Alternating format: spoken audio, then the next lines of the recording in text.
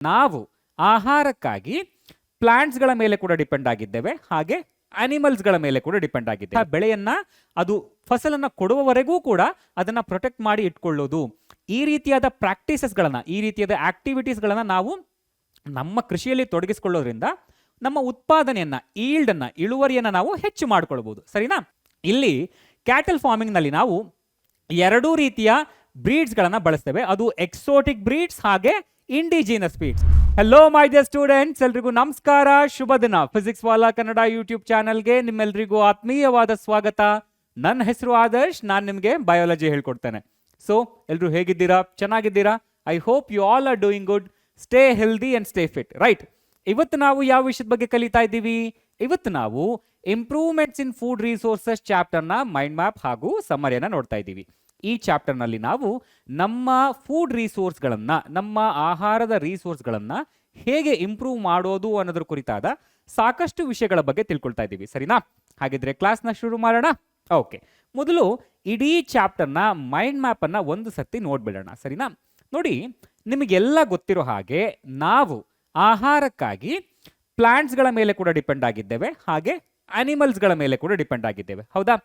ನಮ್ಮ ಆಹಾರ ಉತ್ಪಾದನೆಯನ್ನ ನಾವು ಹೆಚ್ಚು ಮಾಡಬೇಕು ಅಂತ ಹೇಳಿದ್ರೆ ನಾವು ಪ್ಲಾಂಟ್ ಬೇಸ್ಡ್ ಫುಡ್ ರಿಸೋರ್ಸ್ಗಳನ್ನು ಕೂಡ ಇಂಪ್ರೂವ್ ಮಾಡಬೇಕು, ಜೊತೆಗೆ ಅನಿಮಲ್ ಬೇಸ್ಡ್ ಫುಡ್ ರಿಸೋರ್ಸ್ಗಳನ್ನು ಕೂಡ ಇಂಪ್ರೂವ್ ಮಾಡಬೇಕು. ಹೌದಾ?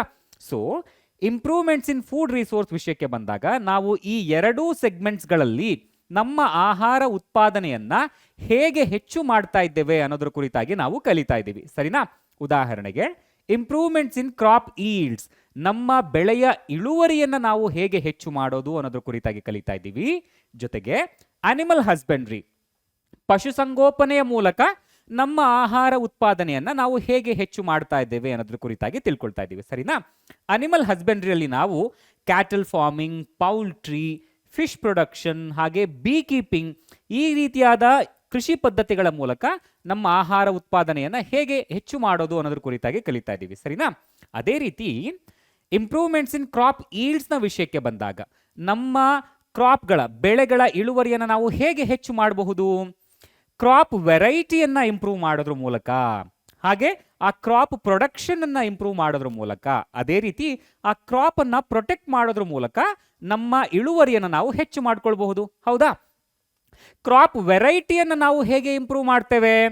ಹೈಬ್ರಿಡೈಸೇಷನ್ ಮಾಡೋದ್ರ ಮೂಲಕ, ಅಥವಾ ಜೆನೆಟಿಕ್ ಇಂಜಿನಿಯರಿಂಗ್ ನ ಸಹಾಯದಿಂದ ಜೀನ್ಸ್ ಗಳನ್ನ ಇಂಟ್ರೊಡ್ಯೂಸ್ ಮಾಡಿ ನಮಗೆ ಬೇಕಾದಂತ ಒಂದು ವೆರೈಟಿಯನ್ನ ಉತ್ಪಾದನೆ ಮಾಡೋದ್ರ ಮೂಲಕ.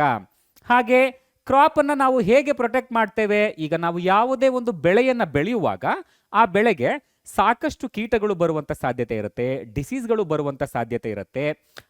ಆ ರೀತಿಯ ಯಾವುದೇ ಒಂದು ಬಯೋಟಿಕ್ ಅಥವಾ ಎ ಬಯೋಟಿಕ್ ಫ್ಯಾಕ್ಟರ್ ನಿಂದ ಉಂಟಾಗುವಂತ ಯಾವುದೇ ರೀತಿಯ ದುಷ್ಪರಿಣಾಮಗಳನ್ನು ನಾವು ಹೇಗೆ ಕಂಟ್ರೋಲ್ ಮಾಡ್ತೇವೆ ಅನ್ನೋದ್ರ ಕುರಿತಾಗಿ ತಿಳ್ಕೊಳ್ತಾ ಇದ್ದೀವಿ. ಹಾಗೆ ಸ್ಟೋರೇಜ್ ಆಫ್ ಗ್ರೇನ್ಸ್, ಸ್ಟೋರೇಜ್, ನಾವು ಉತ್ಪತ್ತಿ ಮಾಡಿದಂತಹ ಬೀಜಗಳನ್ನ ಹೇಗೆ ಸ್ಟೋರ್ ಮಾಡಿಟ್ಕೊಳ್ಬೇಕು, ಆ ಬೀಜಗಳಿಗೆ ಯಾವ ರೀತಿಯ ಬಯೋಟಿಕ್ ಫ್ಯಾಕ್ಟರ್ಸ್ಗಳು ಅಥವಾ ಎ ಬಯೋಟಿಕ್ ಫ್ಯಾಕ್ಟರ್ಸ್ಗಳು ದುಷ್ಪರಿಣಾಮಗಳನ್ನು ಉಂಟು ಮಾಡುತ್ತೆ, ಅವುಗಳನ್ನ ನಾವು ಹೇಗೆ ಪ್ರಿವೆಂಟ್ ಮಾಡೋದು ಅನ್ನೋದ್ರ ಕುರಿತಾಗಿ ಕಲಿತಾ ಇದ್ದೀವಿ. ಹಾಗೆ ಕ್ರಾಪ್ ಪ್ರೊಡಕ್ಷನ್ ನ ವಿಷಯಕ್ಕೆ ಬಂದಾಗ ನಾವು ಒಂದು ಉತ್ತಮವಾದ ಬೆಳೆಯನ್ನ ಬೆಳಿಬೇಕು, ಒಂದು ಉತ್ತಮವಾದ ಬೆಳೆಯನ್ನ ನಾವು ಪ್ರೊಡ್ಯೂಸ್ ಮಾಡಬೇಕು ಅಂತ ಹೇಳಿದ್ರೆ ಯಾವೆಲ್ಲ ಮೆಜರ್ಮೆಂಟ್ಸ್ಗಳನ್ನ ನಾವು ತೆಗೆದುಕೊಳ್ತೇವೆ?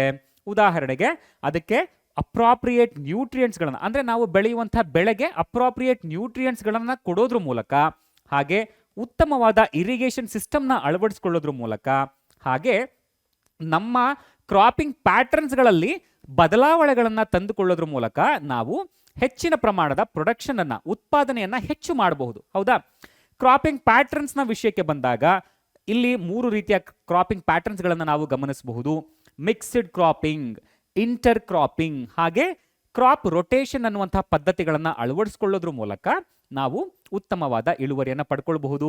ಅದೇ ರೀತಿ ಇರಿಗೇಷನ್, ನೀರಾವರಿಯ ವಿಷಯಕ್ಕೆ ಬಂದಾಗ ನಾವು ಬಾವಿಗಳನ್ನ ಬಳಸ್ಕೊಳ್ಳೋದ್ರ ಮೂಲಕ, ಕೆನಾಲ್ಸ್ಗಳನ್ನ ಬಳಸ್ಕೊಳ್ಳೋದ್ರ ಮೂಲಕ, ರಿವರ್ಸ್ನ ಬಳಸ್ಕೊಳ್ಳೋದ್ರ ಮೂಲಕ, ಅಥವಾ ರಿವರ್ ಲಿಫ್ಟ್ ಸಿಸ್ಟಮ್ ಅಂತ ಏನು ಹೇಳಿ ಕರಿತೀವಿ ಅದನ್ನ ಬಳಸ್ಕೊಳ್ಳೋದ್ರ ಮೂಲಕ, ಅಥವಾ ಟ್ಯಾಂಕ್ಸ್ಗಳನ್ನ ಬಳಸ್ಕೊಳ್ಳೋದ್ರ ಮೂಲಕ ನಾವು ನಮಗೆ ಬೇಕಾದಂತಹ ನೀರಾವರಿಯನ್ನ, ಆ ಬೆಳೆಗೆ ಬೇಕಿರುವಂತಹ ನೀರನ್ನ ಅದು ಉತ್ತಮವಾಗಿ ಸರಬರಾಜು ಮಾಡಿಕೊಳ್ಳುವಂಥ ಪದ್ಧತಿಗಳು. ಹೌದಾ? ಹಾಗೆ ನ್ಯೂಟ್ರಿಯೆಂಟ್ ಮ್ಯಾನೇಜ್ಮೆಂಟ್ ನ ವಿಷಯಕ್ಕೆ ಬಂದಾಗ ನಾವು ಒಂದು ಬೆಳೆಯನ್ನ ಉತ್ತಮವಾಗಿ ಬೆಳಿಬೇಕು, ಅದರ ಇಳುವರಿಯನ್ನ ಹೆಚ್ಚು ಮಾಡ್ಕೊಳ್ಬೇಕು ಅಂತ ಹೇಳಿದ್ರೆ ಆ ಬೆಳೆಗೆ ಅವಶ್ಯಕವಾಗಿ ಬೇಕಿರುವಂತಹ ಎಲ್ಲ ರೀತಿಯ ಪೋಷಕಾಂಶಗಳನ್ನ ನಾವು ಕೊಡ್ತೇವೆ. ಹೌದಾ? ಯಾವುದರ ಮೂಲಕ ಕೊಡ್ತೇವೆ? ಮ್ಯಾನ್ಯೂರ್ಸ್ ಗಳನ್ನ ಬಳಸೋದ್ರ ಮೂಲಕ, ಕಾಂಪೋಸ್ಟ್ ಅನ್ನ ಬಳಸೋದ್ರ ಮೂಲಕ, ಅಥವಾ ಫರ್ಟಿಲೈಸರ್ಸ್ ಗಳನ್ನ ನೀಡೋದ್ರ ಮೂಲಕ ಆ ಬೆಳೆಗೆ ಬೇಕಿರುವಂತಹ ಪೋಷಕಾಂಶಗಳನ್ನ ನಾವು ಸರಬರಾಜು ಮಾಡ್ತೇವೆ. ಹೌದಾ? ಇದರಲ್ಲಿ ಮ್ಯಾನ್ಯೂರ್ಸ್ ಅಂತ ಹೇಳಿದ್ರೆ ಏನು? Manures are nothing but what? ಗೊಬ್ಬರದ ಒಂದು ರೂಪ ಅಷ್ಟೇಪ್ಪ. ಮ್ಯಾನ್ಯೂರ್ ಅಂತ ಹೇಳಿದ್ರೆ ಗೊಬ್ಬರ. ಹೌದಾ? Manure contents what? Decomposed animal and plant waste. Animal waste ಹಾಗೂ ಪ್ಲಾಂಟ್ ವೇಸ್ಟ್ ನ ಡಿಕಾಂಪೋಸಿಷನ್ ಇಂದ ಉಂಟಾದ ಒಂದು ಗೊಬ್ಬರದ ರೂಪ, ಅದನ್ನೇ ನಾವು ಮ್ಯಾನ್ಯೂರ್ ಅಂತ ಹೇಳಿ ಕರಿತೇವೆ. ಕಾಂಪೋಸ್ಟ್ ಅಂತ ಹೇಳಿದ್ರೆ ನಮ್ಮ ಸಗಣಿ ಗೊಬ್ಬರವನ್ನ ನೀವು ಕಾಂಪೋಸ್ಟ್ ಆಗಿ ಹೆಸರಿಸಬಹುದು. ಹೌದಾ? ಅದೇ ಕೆಲವು ಸಂದರ್ಭಗಳಲ್ಲಿ ಅರ್ತ್ ವರ್ಮ್ ನ ಬಳಸ್ಕೊಳ್ಳೋದ್ರ ಮೂಲಕ ನಾವು ವರ್ಮಿ ಕಾಂಪೋಸ್ಟ್ ಅನ್ನುವ ಒಂದು ಉತ್ಪನ್ನವನ್ನ ಕೂಡ ತಯಾರು ಮಾಡ್ತೇವೆ. ಇದರಲ್ಲಿಯೂ ಕೂಡ ಸಾಕಷ್ಟು ನ್ಯೂಟ್ರಿಯೆಂಟ್ಸ್ಗಳು ಇರುತ್ತವೆ, ಪೋಷಕಾಂಶಗಳಿರುತ್ತೆ. ಇದನ್ನು ಕೂಡ ನಾವು ಸರಬರಾಜು ಮಾಡೋದ್ರ ಮೂಲಕ ಸಸ್ಯಗಳಲ್ಲಿ ಹೆಚ್ಚಿನ ಉತ್ಪಾದನೆಯನ್ನು ಪಡ್ಕೊಳ್ಬಹುದು. ಅದೇ ರೀತಿ ಫರ್ಟಿಲೈಸರ್ಸ್ಗಳು ಅಂತ ಹೇಳಿದ್ರೆ ಈಗ ಸಸ್ಯಗಳ ಬೆಳವಣಿಗೆಗೆ ಬೇಕಿರುವಂತಹ ಮ್ಯಾಕ್ರೋ ನ್ಯೂಟ್ರಿಯೆಂಟ್ಸ್ ಅಂತ ಏನಿದೆ ಅವುಗಳನ್ನು ನಾವು ಕಮರ್ಷಿಯಲಿ ಸಿಂಥಸೈಸ್ ಮಾಡಿ, ಕಮರ್ಷಿಯಲಿ ಪ್ರೊಡ್ಯೂಸ್ ಮಾಡಿ ಬೆಳೆಗಳಿಗೆ ಅವಶ್ಯಕವಿದ್ದಾಗೆಲ್ಲ ಅವುಗಳನ್ನು ಕೊಡೋದು. ಹೌದಾ? ಉದಾಹರಣೆಗೆ ಪೊಟ್ಯಾಷಿಯಂ ಆಗಿರ್ಬೋದು ಅಥವಾ ಫಾಸ್ಫರಸ್ ಆಗಿರ್ಬೋದು, ಈ ರೀತಿಯಾದ ಫರ್ಟಿಲೈಸರ್ಸ್ಗಳನ್ನು ನಾವು ಬೆಳೆಗಳ ಹೆಚ್ಚಿನ ಇಳುವರಿಗೆ ನಾವು ಬಳಸ್ತೇವೆ. ಸರಿನಾ? ಫರ್ಟಿಲೈಸರ್ಸ್ಗಳಿಂದ ಉಂಟಾಗುವಂಥ ದುಷ್ಪರಿಣಾಮಗಳು, ಈ ರೀತಿಯಾದ ಸಾಕಷ್ಟು ವಿಷಯಗಳ ಬಗ್ಗೆ ಇನ್ನಷ್ಟು ವಿಸ್ತಾರವಾಗಿ ನಾನು ನಿಮಗೆ ತಿಳಿಸ್ಕೊಡ್ತೀನಿ. ಸರಿನಾ? ಮೊದಲು ನಾವು ನಮ್ಮ ಫುಡ್ ರಿಸೋರ್ಸಸ್ಗಳ ಬಗ್ಗೆ ತಿಳ್ಕೊಂಡ್ಬಿಡೋಣ. ಸರಿನಾ? ನೋಡಿ, ಎಲ್ಲ ಜೀವಿಗಳಿಗೂ ಕೂಡ ಆಹಾರ ಬೇಕು. ಯಾವುದೇ ಜೀವಿ ಆಹಾರ ಇಲ್ಲದೆ ಬದುಕೋಲ್ಲ. ಹೌದಲ್ವಾ? ನಮಗೆ ಆಹಾರ ಯಾಕೆ ಬೇಕು? ನಮ್ಮ ಬೆಳವಣಿಗೆಗೆ. ನಮ್ಮ ದೇಹದಲ್ಲಿ ಯಾವುದೇ ಒಂದು ಸಣ್ಣ ಪುಟ್ಟ ಡ್ಯಾಮೇಜ್ ಆದರೂ ಅದನ್ನು ರಿಪೇರ್ ಮಾಡಲಿಕ್ಕೆ ನಮ್ಮ ದೇಹಕ್ಕೆ ಶಕ್ತಿ ಬೇಕು. ಹೌದಾ? ಆ ಶಕ್ತಿ ನಮಗೆ ಎಲ್ಲಿಂದ ಸಿಗುತ್ತೆ? ಆಹಾರದಿಂದ ಸಿಗುತ್ತೆ. ಆಹಾರದಲ್ಲಿ ಇರುವಂತಹ ನ್ಯೂಟ್ರಿಯೆಂಟ್ಸ್ಗಳು, ಪೋಷಕಾಂಶಗಳು ನಮಗೆ ತೀರಾ ಅಗತ್ಯವಾಗಿರುತ್ತೆ. ಹೌದಲ್ವಾ? ಈ ಕಾರಣಕ್ಕಾಗಿ ನಮಗೆ ಆಹಾರ ಬೇಕು. ನೋಡಿ, ನಮಗೆ ಮುಖ್ಯವಾಗಿ ಬೇಕಿರುವಂತಹ ನ್ಯೂಟ್ರಿಯೆಂಟ್ಸ್ಗಳು ಯಾವ್ಯಾವ್ದಪ್ಪ? ಕಾರ್ಬೋಹೈಡ್ರೇಟ್ಸ್ಗಳು ಬೇಕು, ಪ್ರೋಟೀನ್ಸ್ಗಳು ಬೇಕು, ಫ್ಯಾಟ್ಸ್ಗಳು ಬೇಕು, ವಿಟಮಿನ್ಸ್ ಬೇಕು. ಹೌದಲ್ವಾ? ಇಲ್ಲಿ ಈ ಕಾರ್ಬೋಹೈಡ್ರೇಟ್ಸ್ಗಳೇನಿದೆಯಲ್ಲಪ್ಪ, ಈ ಕಾರ್ಬೋಹೈಡ್ರೇಟ್ಸ್ಗಳು ಸೀರಿಯಲ್ಸ್ಗಳಲ್ಲಿ ನಮಗೆ ಹೆಚ್ಚಿನ ಪ್ರಮಾಣದಲ್ಲಿ ಸಿಗುತ್ತೆ. ಧಾನ್ಯಗಳು ಅಂತ ಹೇಳಿ ಕರಿತೇವೆ. ಉದಾಹರಣೆಗೆ ರೈಸ್ ಆಗಿರಬಹುದು, ವೀಟ್ ಆಗಿರಬಹುದು, ಮೇಜ್ ಆಗಿರಬಹುದು, ಅಥವಾ ಮಿಲ್ಲೆಟ್ ಆಗಿರಬಹುದು. ಈ ರೀತಿಯಾದ ಧಾನ್ಯಗಳಲ್ಲಿ ನಮಗೆ ಹೆಚ್ಚಿನ ಪ್ರಮಾಣದ ಕಾರ್ಬೋಹೈಡ್ರೇಟ್ಸ್ಗಳು ಸಿಗುತ್ತೆ. ಹೌದಾ? ಅದೇ ರೀತಿ ಪಲ್ಸಸ್ಗಳಲ್ಲಿ ನಮಗೆ ಹೆಚ್ಚಿನ ಪ್ರಮಾಣದ ಪ್ರೋಟೀನ್ಸ್ಗಳು ಸಿಗುತ್ತೆ. ಉದಾಹರಣೆಗೆ ಗ್ರಾಮ್ಸ್ ಆಗಿರಬಹುದು, ಪಿ ಆಗಿರಬಹುದು, ಅಥವಾ ಲೆಂಟಿಲ್ಸ್ ಆಗಿರಬಹುದು. ಈ ರೀತಿಯಾದ ಕಾಳುಗಳಲ್ಲಿ ನಮಗೆ ಹೆಚ್ಚಿನ ಪ್ರಮಾಣದ ಪ್ರೋಟೀನ್ ಸಿಗುತ್ತೆ. ಅದೇ ರೀತಿ ಆಯಿಲ್ ಸೀಡ್ಸ್ಗಳಿದೆಯಲ್ಲ, ಈ ಆಯಿಲ್ ಸೀಡ್ಸ್ಗಳಲ್ಲಿ ನಮಗೆ ಫ್ಯಾಟ್ಸ್ಗಳು ಸಿಗುತ್ತೆ. ಉದಾಹರಣೆಗೆ ಗ್ರೌಂಡ್ ನಟ್ನಂಥ ಆಯಿಲ್ ಆಗಿರಬಹುದು, ಅಥವಾ ಸನ್ಫ್ಲವರ್ ಆಗಿರಬಹುದು, ಕ್ಯಾಸ್ಟರ್ ಆಗಿರಬಹುದು. ಈ ರೀತಿಯಾದ ಆಯಿಲ್ ಸೀಡ್ಸ್ಗಳಲ್ಲಿ ನಮಗೆ ಹೆಚ್ಚಿನ ಪ್ರಮಾಣದ ಫ್ಯಾಟ್ಸ್ಗಳು ಸಿಗುತ್ತೆ.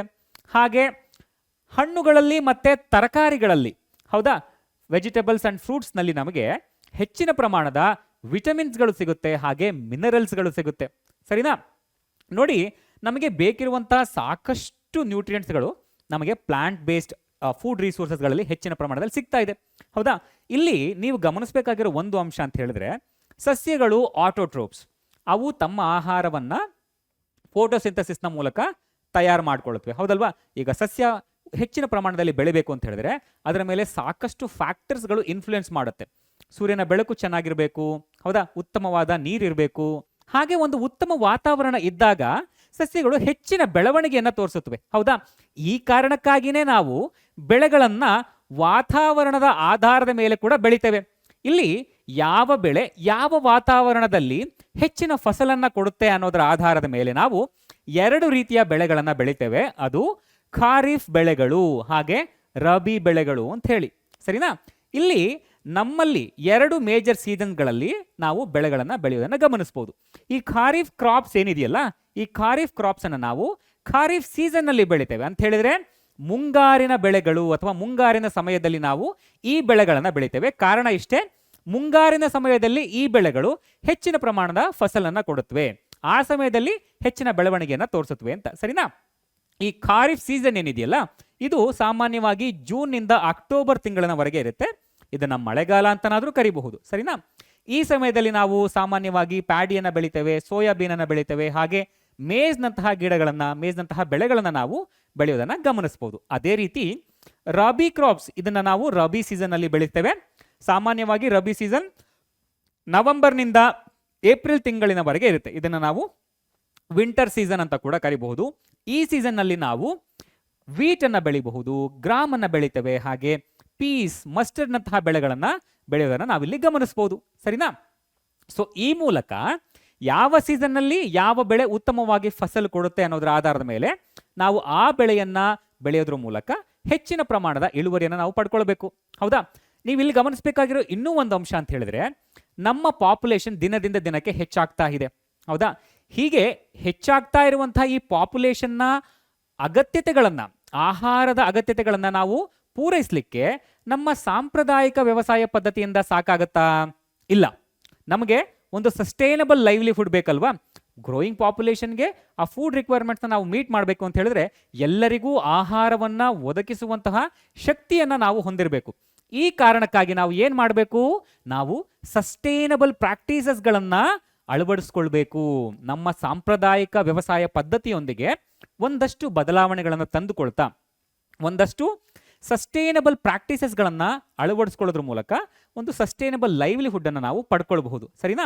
ಹೇಗೆ ನೋಡಿ, ನಮ್ಮ ವ್ಯವಸಾಯದಲ್ಲಿ ಮಿಕ್ಸ್ಡ್ ಫಾರ್ಮಿಂಗ್ ಮಾಡೋದ್ರ ಮೂಲಕ, ಹಾಗೆ ಬೆಳೆಯನ್ನ ಬೆಳೆಯುವಾಗ ಇಂಟರ್ ಕ್ರಾಪಿಂಗ್ ಮಾಡೋದ್ರ ಮೂಲಕ, ಹಾಗೆ ಇಂಟಿಗ್ರೇಟೆಡ್ ಫಾರ್ಮಿಂಗ್ ಪ್ರಾಕ್ಟೀಸಸ್ನ ಮೂಲಕ ಅಂತ ಹೇಳಿದ್ರೆ ವ್ಯವಸಾಯದ ಜೊತೆಗೆ ಇನ್ನೊಂದಷ್ಟು ಪ್ರವೃತ್ತಿಗಳನ್ನ ಬೆಳೆಸ್ಕೊಳ್ಳೋದ್ರ ಮೂಲಕ ನಾವು ನಮ್ಮ ಉತ್ಪಾದನೆಯನ್ನ ಹೆಚ್ಚು ಮಾಡ್ಕೊಳ್ಬಹುದು. ಹೌದಾ? ಸೊ ಈ ಇಂಟಿಗ್ರೇಟೆಡ್ ಫಾರ್ಮಿಂಗ್ ಪ್ರಾಕ್ಟೀಸ್ ಅಂತ ಹೇಳಿದ್ರೆ ಏನು? ಕೋಳಿ ಸಾಗಾಣಿಕೆ ಆಗಿರಬಹುದು, ಮೀನು ಸಾಗಾಣಿಕೆ ಆಗಿರಬಹುದು, ಅಥವಾ ಜೇನು ಸಾಗಾಣಿಕೆ ಆಗಿರಬಹುದು. ಈ ರೀತಿಯಾದ ಪ್ರವೃತ್ತಿಗಳನ್ನ ನಮ್ಮ ಕೃಷಿಯೊಂದಿಗೆ ಅಳವಡಿಸ್ಕೊಳ್ಳೋದ್ರ ಮೂಲಕ ನಾವು ಹೆಚ್ಚಿನ ಉತ್ಪಾದನೆಯನ್ನ ಮಾಡಬಹುದು. ಹೌದಾ?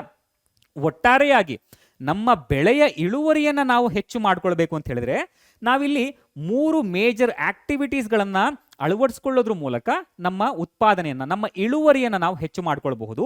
ಅದು ಯಾವ್ದಂತ ಹೇಳಿದ್ರೆ ಕ್ರಾಪ್ ವೆರೈಟಲ್ ಇಂಪ್ರೂವ್ಮೆಂಟ್, ನಮ್ಮ ಬೆಳೆಯ ತಳಿಗಳನ್ನ ಇಂಪ್ರೂವ್ ಮಾಡೋದ್ರ ಮೂಲಕ, ಹಾಗೆ ಕ್ರಾಪ್ ಪ್ರೊಡಕ್ಷನ್ ಇಂಪ್ರೂವ್ಮೆಂಟ್, ನಮ್ಮ ಉತ್ಪಾದನೆಯನ್ನ ಹೆಚ್ಚು ಮಾಡ್ಕೊಳ್ಳೋದ್ರ ಮೂಲಕ, ಹಾಗೆ ಕ್ರಾಪ್ ಪ್ರೊಟೆಕ್ಷನ್ ಇಂಪ್ರೂವ್ಮೆಂಟ್, ನಾವು ಬೆಳೆಯುವಂತಹ ಬೆಳೆಯನ್ನ ಅದು ಫಸಲನ್ನ ಕೊಡುವವರೆಗೂ ಕೂಡ ಅದನ್ನ ಪ್ರೊಟೆಕ್ಟ್ ಮಾಡಿ ಇಟ್ಕೊಳ್ಳೋದು.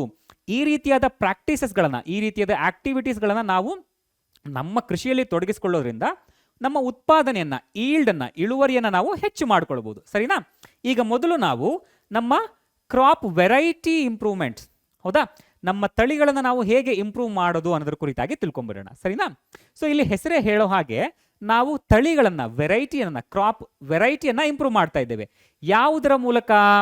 ಹೈಬ್ರಿಡೈಸೇಷನ್ ಅನ್ನುವ ಒಂದು ಟೆಕ್ನಿಕ್ ನ ಬಳಸಿಕೊಂಡು ನಾವಿಲ್ಲಿ ಕ್ರಾಪ್ ವೆರೈಟೀಸ್ಗಳನ್ನ ಇಂಪ್ರೂವ್ ಮಾಡ್ತಾ ಇದ್ದೇವೆ. ಹೈಬ್ರಿಡೈಸೇಷನ್ ಅಂತ ಹೇಳಿದ್ರೆ ಏನು? Hybridisation simply represents crossing between 2 genetically dissimilar plants. ಹೌದಾ?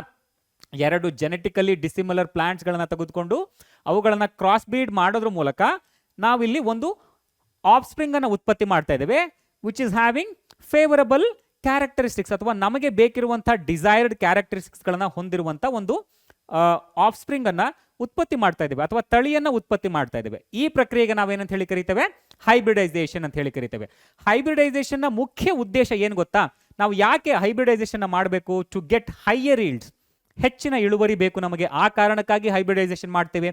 ಹಾಗೆ ಇಂಪ್ರೂವ್ಡ್ ಕ್ವಾಲಿಟಿ, ಉತ್ತಮವಾದ ಕ್ವಾಲಿಟಿ ಪ್ರಾಡಕ್ಟ್ಸ್ ಗಳನ್ನ ನಾವು ಪಡ್ಕೊಳ್ಬೇಕು, ಆ ಕಾರಣಕ್ಕಾಗಿ ಹೈಬ್ರಿಡೈಸೇಷನ್ ಮಾಡ್ತೇವೆ. ಹಾಗೆ ಹೈಬ್ರಿಡೈಸೇಷನ್ ನಲ್ಲಿ ಉತ್ಪತ್ತಿ ಮಾಡಿದಂತಹ ಆ ತಳಿ ಏನಿದೆಯಲ್ಲ ಅದು ಬಯೋಟಿಕ್ ಹಾಗೂ ಎಬಯೋಟಿಕ್ ರೆಸಿಸ್ಟೆನ್ಸ್ ಅನ್ನ ಹೊಂದಿರಬೇಕು. ಹೌದಾ? ಯಾವುದೇ ರೀತಿಯ ಪೆಸ್ಟ್ಸ್ಗಳು ಬಂದ್ರೆ ಅದನ್ನ ತಡ್ಕೊಳ್ಳೋ ರೀತಿ ಇರಬೇಕು, ಯಾವುದೇ ರೀತಿಯ ಡಿಸೀಸ್ಗಳು ಬಂದ್ರೆ ಅದನ್ನ ತಡ್ಕೊಳ್ಳೋ ರೀತಿ ಇರಬೇಕು. ಅಥವಾ ಎಬಯೋಟಿಕ್ ಫ್ಯಾಕ್ಟರ್ಸ್ ಬಂತಪ್ಪ, ಏನಾದರೂ ಸ್ವಲ್ಪ ಟೆಂಪರೇಚರ್ ನಲ್ಲಿ ವ್ಯತ್ಯಾಸ ಆಯಿತು, ಹೆಚ್ಚಿನ ಪ್ರಮಾಣದಲ್ಲಿ ನೀರು ಬಂದ್ಬಿಡ್ತು, ಈ ರೀತಿಯಾದ ಸ್ಟ್ರೆಸ್ಗಳು ಬಂದಾಗ ಅದನ್ನ ಸಸ್ಟೈನ್ ಮಾಡ್ಕೊಳ್ಳುವಂತಹ ಕೆಪಾಸಿಟಿ ಇರುವಂತಹ ತಳಿಯನ್ನ ನಾವು ಅಭಿವೃದ್ಧಿಪಡಿಸ್ತೇವೆ. ಹೌದಾ? ಹಾಗೆ ಯಾವುದೇ ಒಂದು ತಳಿ ಮೆಚುರಿಟಿ ಡ್ಯೂರೇಷನ್ ಏನಿರುತ್ತಲ್ಲ, ಹಣ್ಣನ್ನು ಕೊಡುವಂತಹ ಮೆಚುರಿಟಿ ಡ್ಯೂರೇಷನ್ ಆಗಿರ್ಬೋದು, ಇದು ಸಾಮಾನ್ಯವಾಗಿ ಕಡಿಮೆ ಇರಬೇಕು. ಹೀಗೆ ಕಡಿಮೆ ಇದ್ರೆ ಏನಾಗುತ್ತೆ? ರೈತರಿಗೆ ಹೆಚ್ಚಿನ ಪ್ರಮಾಣದಲ್ಲಿ ಉಪಯೋಗ ಆಗುತ್ತೆ. ಹೌದಾ? ಒಂದು ವರ್ಷದಲ್ಲಿ ಕೇವಲ ಒಂದೇ ಬೆಳೆಯೋ ಬೆಳೆ ಬದಲು 2 ಸರ್ತಿ ಬೆಳ್ಕೊಳ್ಬಹುದು. ರೈತರು ವೈಯಕ್ತಿಕವಾಗಿ ಕೂಡ ತಾವು ಅಭಿವೃದ್ಧಿ ಹೊಂದುತ್ತಾರೆ, ಹಾಗೆ ಪ್ರೊಡಕ್ಷನ್ ಕೂಡ ಹೆಚ್ಚಾಗುತ್ತೆ. ಹೌದಾ? ಹಾಗೆ ವೈಡರ್ ಅಡಾಪ್ಟಬಿಲಿಟಿ ಇರುವಂತಹ ತಳಿಯನ್ನ ನಾವು ಹೈಬ್ರಿಡೈಸೇಷನ್ ಮೂಲಕ ಪಡ್ಕೊಳ್ತೇವೆ. ಹೌದಾ? ಎಲ್ಲ ರೀತಿಯ ಮಣ್ಣಿನಲ್ಲಿ ಬೆಳೆಯುವಂತಹ ಒಂದು ತಳಿ ನಮಗೆ ಸಿಗಬೇಕು. ಈ ಕಾರಣಕ್ಕಾಗಿಯೇ ನಾವು ಹೈಬ್ರಿಡೈಸೇಷನ್ ಟೆಕ್ನಿಕ್ನ ಮೂಲಕ 2 ವೈಲ್ಡ್ ವೆರೈಟೀಸ್ಗಳನ್ನು ಕ್ರಾಸ್ ಬ್ರೀಡ್ ಮಾಡಿ ಒಂದು ಉತ್ತಮವಾದ ವೆರೈಟಿಯನ್ನು ನಾವು ಉತ್ಪತ್ತಿ ಮಾಡ್ತೇವೆ. ಸರಿನಾ? ಆ ತಳಿಯಲ್ಲಿ ಈ ಎಲ್ಲ ಕ್ಯಾರೆಕ್ಟರಿಸ್ಟಿಕ್ ಫೀಚರ್ಸ್ಗಳು ಕೂಡ ಇರಬೇಕು. ಹೌದಾ? ಇಲ್ಲಿ ಹೈಬ್ರಿಡೈಸೇಷನ್ ವಿಷಯಕ್ಕೆ ಬಂದಾಗ ಇಲ್ಲಿ ಸಾಕಷ್ಟು ಟೆಕ್ನಿಕ್ಸ್ಗಳು ಇರೋದನ್ನು ಕೂಡ ನಾವು ಗಮನಿಸಬಹುದು. ಹೈಬ್ರಿಡೈಸೇಷನ್ ನಾವು 2 ಡಿಫ್ರೆಂಟ್ ವೆರೈಟೀಸ್ಗಳ ಮಧ್ಯೆ ನಡೆಸಿದ್ರೆ ಅದನ್ನು ನಾವು ಇಂಟರ್ ವೆರೈಟಲ್ ಹೈಬ್ರಿಡೈಸೇಷನ್ ಅಂತ ಹೇಳಿ ಕರಿತೇವೆ. ಅಂತ ಹೇಳಿದ್ರೆ ಒಂದೇ ತಳಿಯ ಒಂದೇ ಸ್ಪೀಶೀಸ್ನ 2 ತಳಿಗಳು. ಹೌದಾ? ಈಗ ಟೊಮ್ಯಾಟೋದಲ್ಲಿ ಲಾರ್ಜ್ ಟೊಮ್ಯಾಟೊ ಇದೆ, ಹಾಗೆ ಸ್ವೀಟ್ ಟೊಮ್ಯಾಟೊ ಅಥವಾ ಹುಳಿ ಟೊಮ್ಯಾಟೊ, ಈ ರೀತಿಯಾದ 2 ವೆರೈಟಿಗಳಿದೆಯಲ್ಲ. ಟೊಮ್ಯಾಟೊ ಒಂದೇ ಸ್ಪೀಶೀಸ್, ಅದರಲ್ಲಿ ಬರುವಂಥ 2 ವೆರೈಟೀಸ್ಗಳನ್ನು ನಾವು ಕ್ರಾಸ್ ಬ್ರೀಡ್ ಮಾಡಿ ದಪ್ಪ ಇರುವಂಥ ಹಾಗೆ ಹುಳಿ ಇರುವಂಥ ಟೊಮ್ಯಾಟೊವನ್ನು ನಾವು ಉತ್ಪತ್ತಿ ಮಾಡ್ಬೋದು. ಹೌದಾ? ಇದನ್ನು ನಾವೇನಂತ ಹೇಳಿ ಕರಿತೇವೆ? ಇಂಟರ್ ವೆರೈಟಲ್ ಹೈಬ್ರಿಡೈಸೇಷನ್ ಅಂತ ಹೇಳಿ ಕರಿತೇವೆ. Hybridisation between 2 varieties. ಅದೇ ರೀತಿ when hybridization happen between 2 different species, 2 different ಸ್ಪೀಶೀಸ್ಗಳ ಮಧ್ಯೆ ನಾವು ಹೈಬ್ರಿಡೈಸೇಷನ್ ನಡೆಸಿದಾಗ ಅದನ್ನು ನಾವು ಇಂಟರ್ ಸ್ಪೆಸಿಫಿಕ್ ಹೈಬ್ರಿಡೈಸೇಷನ್ ಅಂತ ಹೇಳಿ ಕರಿತೇವೆ.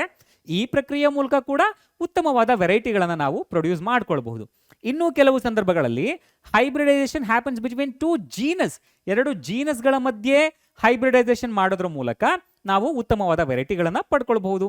ಇನ್ನೂ ಕೆಲವು ಸಂದರ್ಭಗಳಲ್ಲಿ ಜೆನೆಟಿಕಲಿ ಮಾಡಿಫೈಡ್ ಕ್ರಾಪ್ಸ್ಗಳನ್ನು ಉತ್ಪತ್ತಿ ಮಾಡೋದ್ರ ಮೂಲಕ, ಜೆನೆಟಿಕ್ ಇಂಜಿನಿಯರಿಂಗ್ನ ಸಹಾಯದಿಂದ, ನಾವು ಬಯೋಟೆಕ್ನಾಲಜಿ ಅಂತ ಏನು ಹೇಳಿ ಕರಿತೀವಲ್ಲ, ಆ ಜೆನೆಟಿಕ್ ಇಂಜಿನಿಯರಿಂಗ್ನ ಸಹಾಯದಿಂದ ನಮಗೆ ಬೇಕಿರುವಂಥ ಯಾವುದೋ ಒಂದು ಡಿಸೈರ್ಡ್ ಕ್ಯಾರೆಕ್ಟರ್ ಇರುವಂಥ ಜೀನನ್ನು ನಾವು ಎಕ್ಸ್ಟ್ರಾಕ್ಟ್ ಮಾಡಿ ಆ ಜೀನನ್ನು ಒಂದು ಹೋಸ್ಟ್ ಆರ್ಗ್ಯಾನಿಸಮ್ನಲ್ಲಿ ಇಂಟ್ರೊಡ್ಯೂಸ್ ಮಾಡಿ ನಮಗೆ ಬೇಕಿರುವಂಥ ಒಂದು ತಳಿಯನ್ನು ಉತ್ಪತ್ತಿ ಮಾಡ್ಕೊಳ್ಳೋದ್ರ ಮೂಲಕ ನಾವು ಉತ್ತಮವಾದ ವೆರೈಟೀಸ್ಗಳನ್ನು ಇಂಪ್ರೂವ್ ಮಾಡಬಹುದು.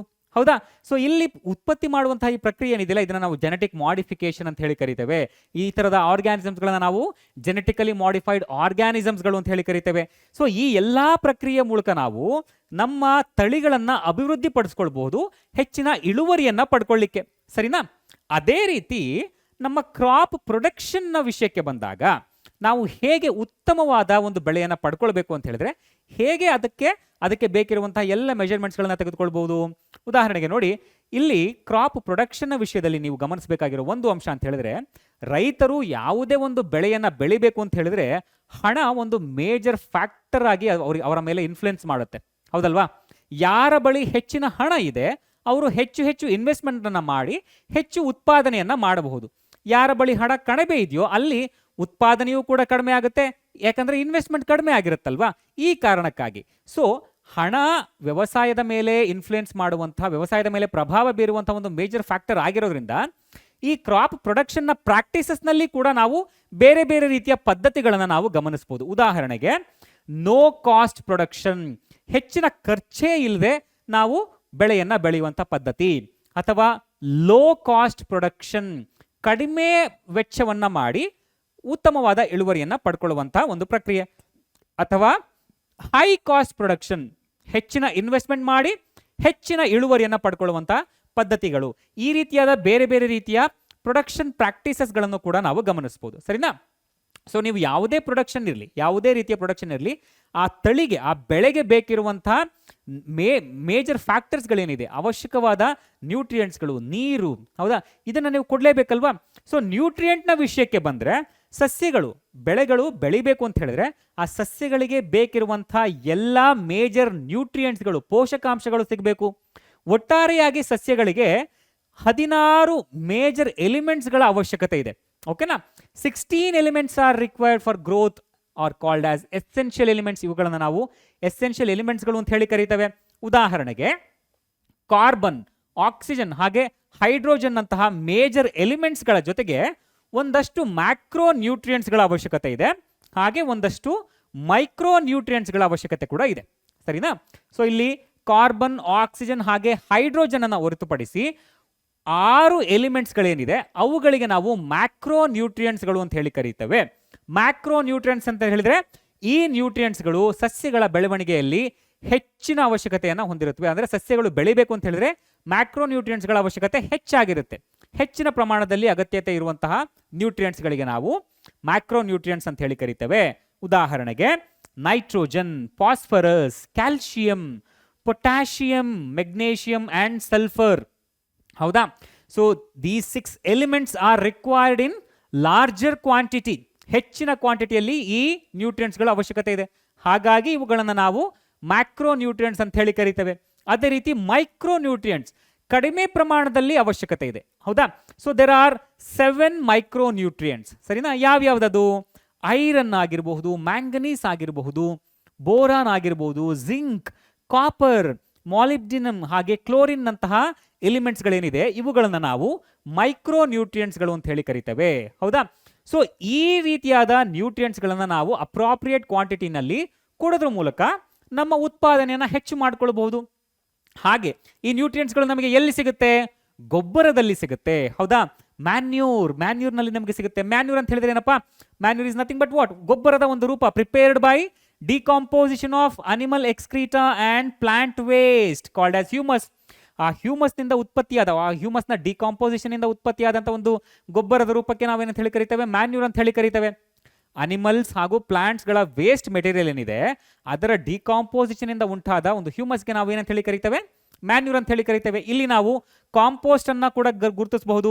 ಫಾರ್ಮ್ ವೇಸ್ಟ್ ನಿಂದ ಆಗಿರಬಹುದು ಅಥವಾ ಕೌ ಡಂಗ್ ನಿಂದ ಉತ್ಪತ್ತಿಯಾದಂತಹ ಆ ಗೊಬ್ಬರ ಏನಿದೆ, ಸಗಣಿ ಗೊಬ್ಬರ, ಇದನ್ನ ನಾವು ಕಾಂಪೋಸ್ಟ್ ಅಂತ ಹೇಳಿ ಕರಿತೇವೆ. ಇನ್ನು ಕೆಲವು ಸಂದರ್ಭಗಳಲ್ಲಿ ನಾವು ಈ ರೀತಿಯಾದ ಗೊಬ್ಬರವನ್ನ ಅರ್ತ್ ವರ್ಮ್ಸ್ಗಳ ಸಹಾಯದಿಂದ ಪಡ್ಕೊಳ್ತೇವೆ. ಅದನ್ನು ನಾವು ವರ್ಮಿ ಕಾಂಪೋಸ್ಟ್ ಅಂತ ಹೇಳಿ ಕರಿತೇವೆ. ಕಾಂಪೋಸ್ಟ್ ಪ್ರಿಪೇರ್ಡ್ ಬೈ ಅರ್ತ್ ವರ್ಮ್ಸ್ಗಳ ಸಹಾಯದಿಂದ ಉತ್ಪತ್ತಿಯಾದಂತಹ ಕಾಂಪೋಸ್ಟ್ಗೆ ನಾವು ಏನಂತ ಹೇಳಿ ಕರಿತೇವೆ?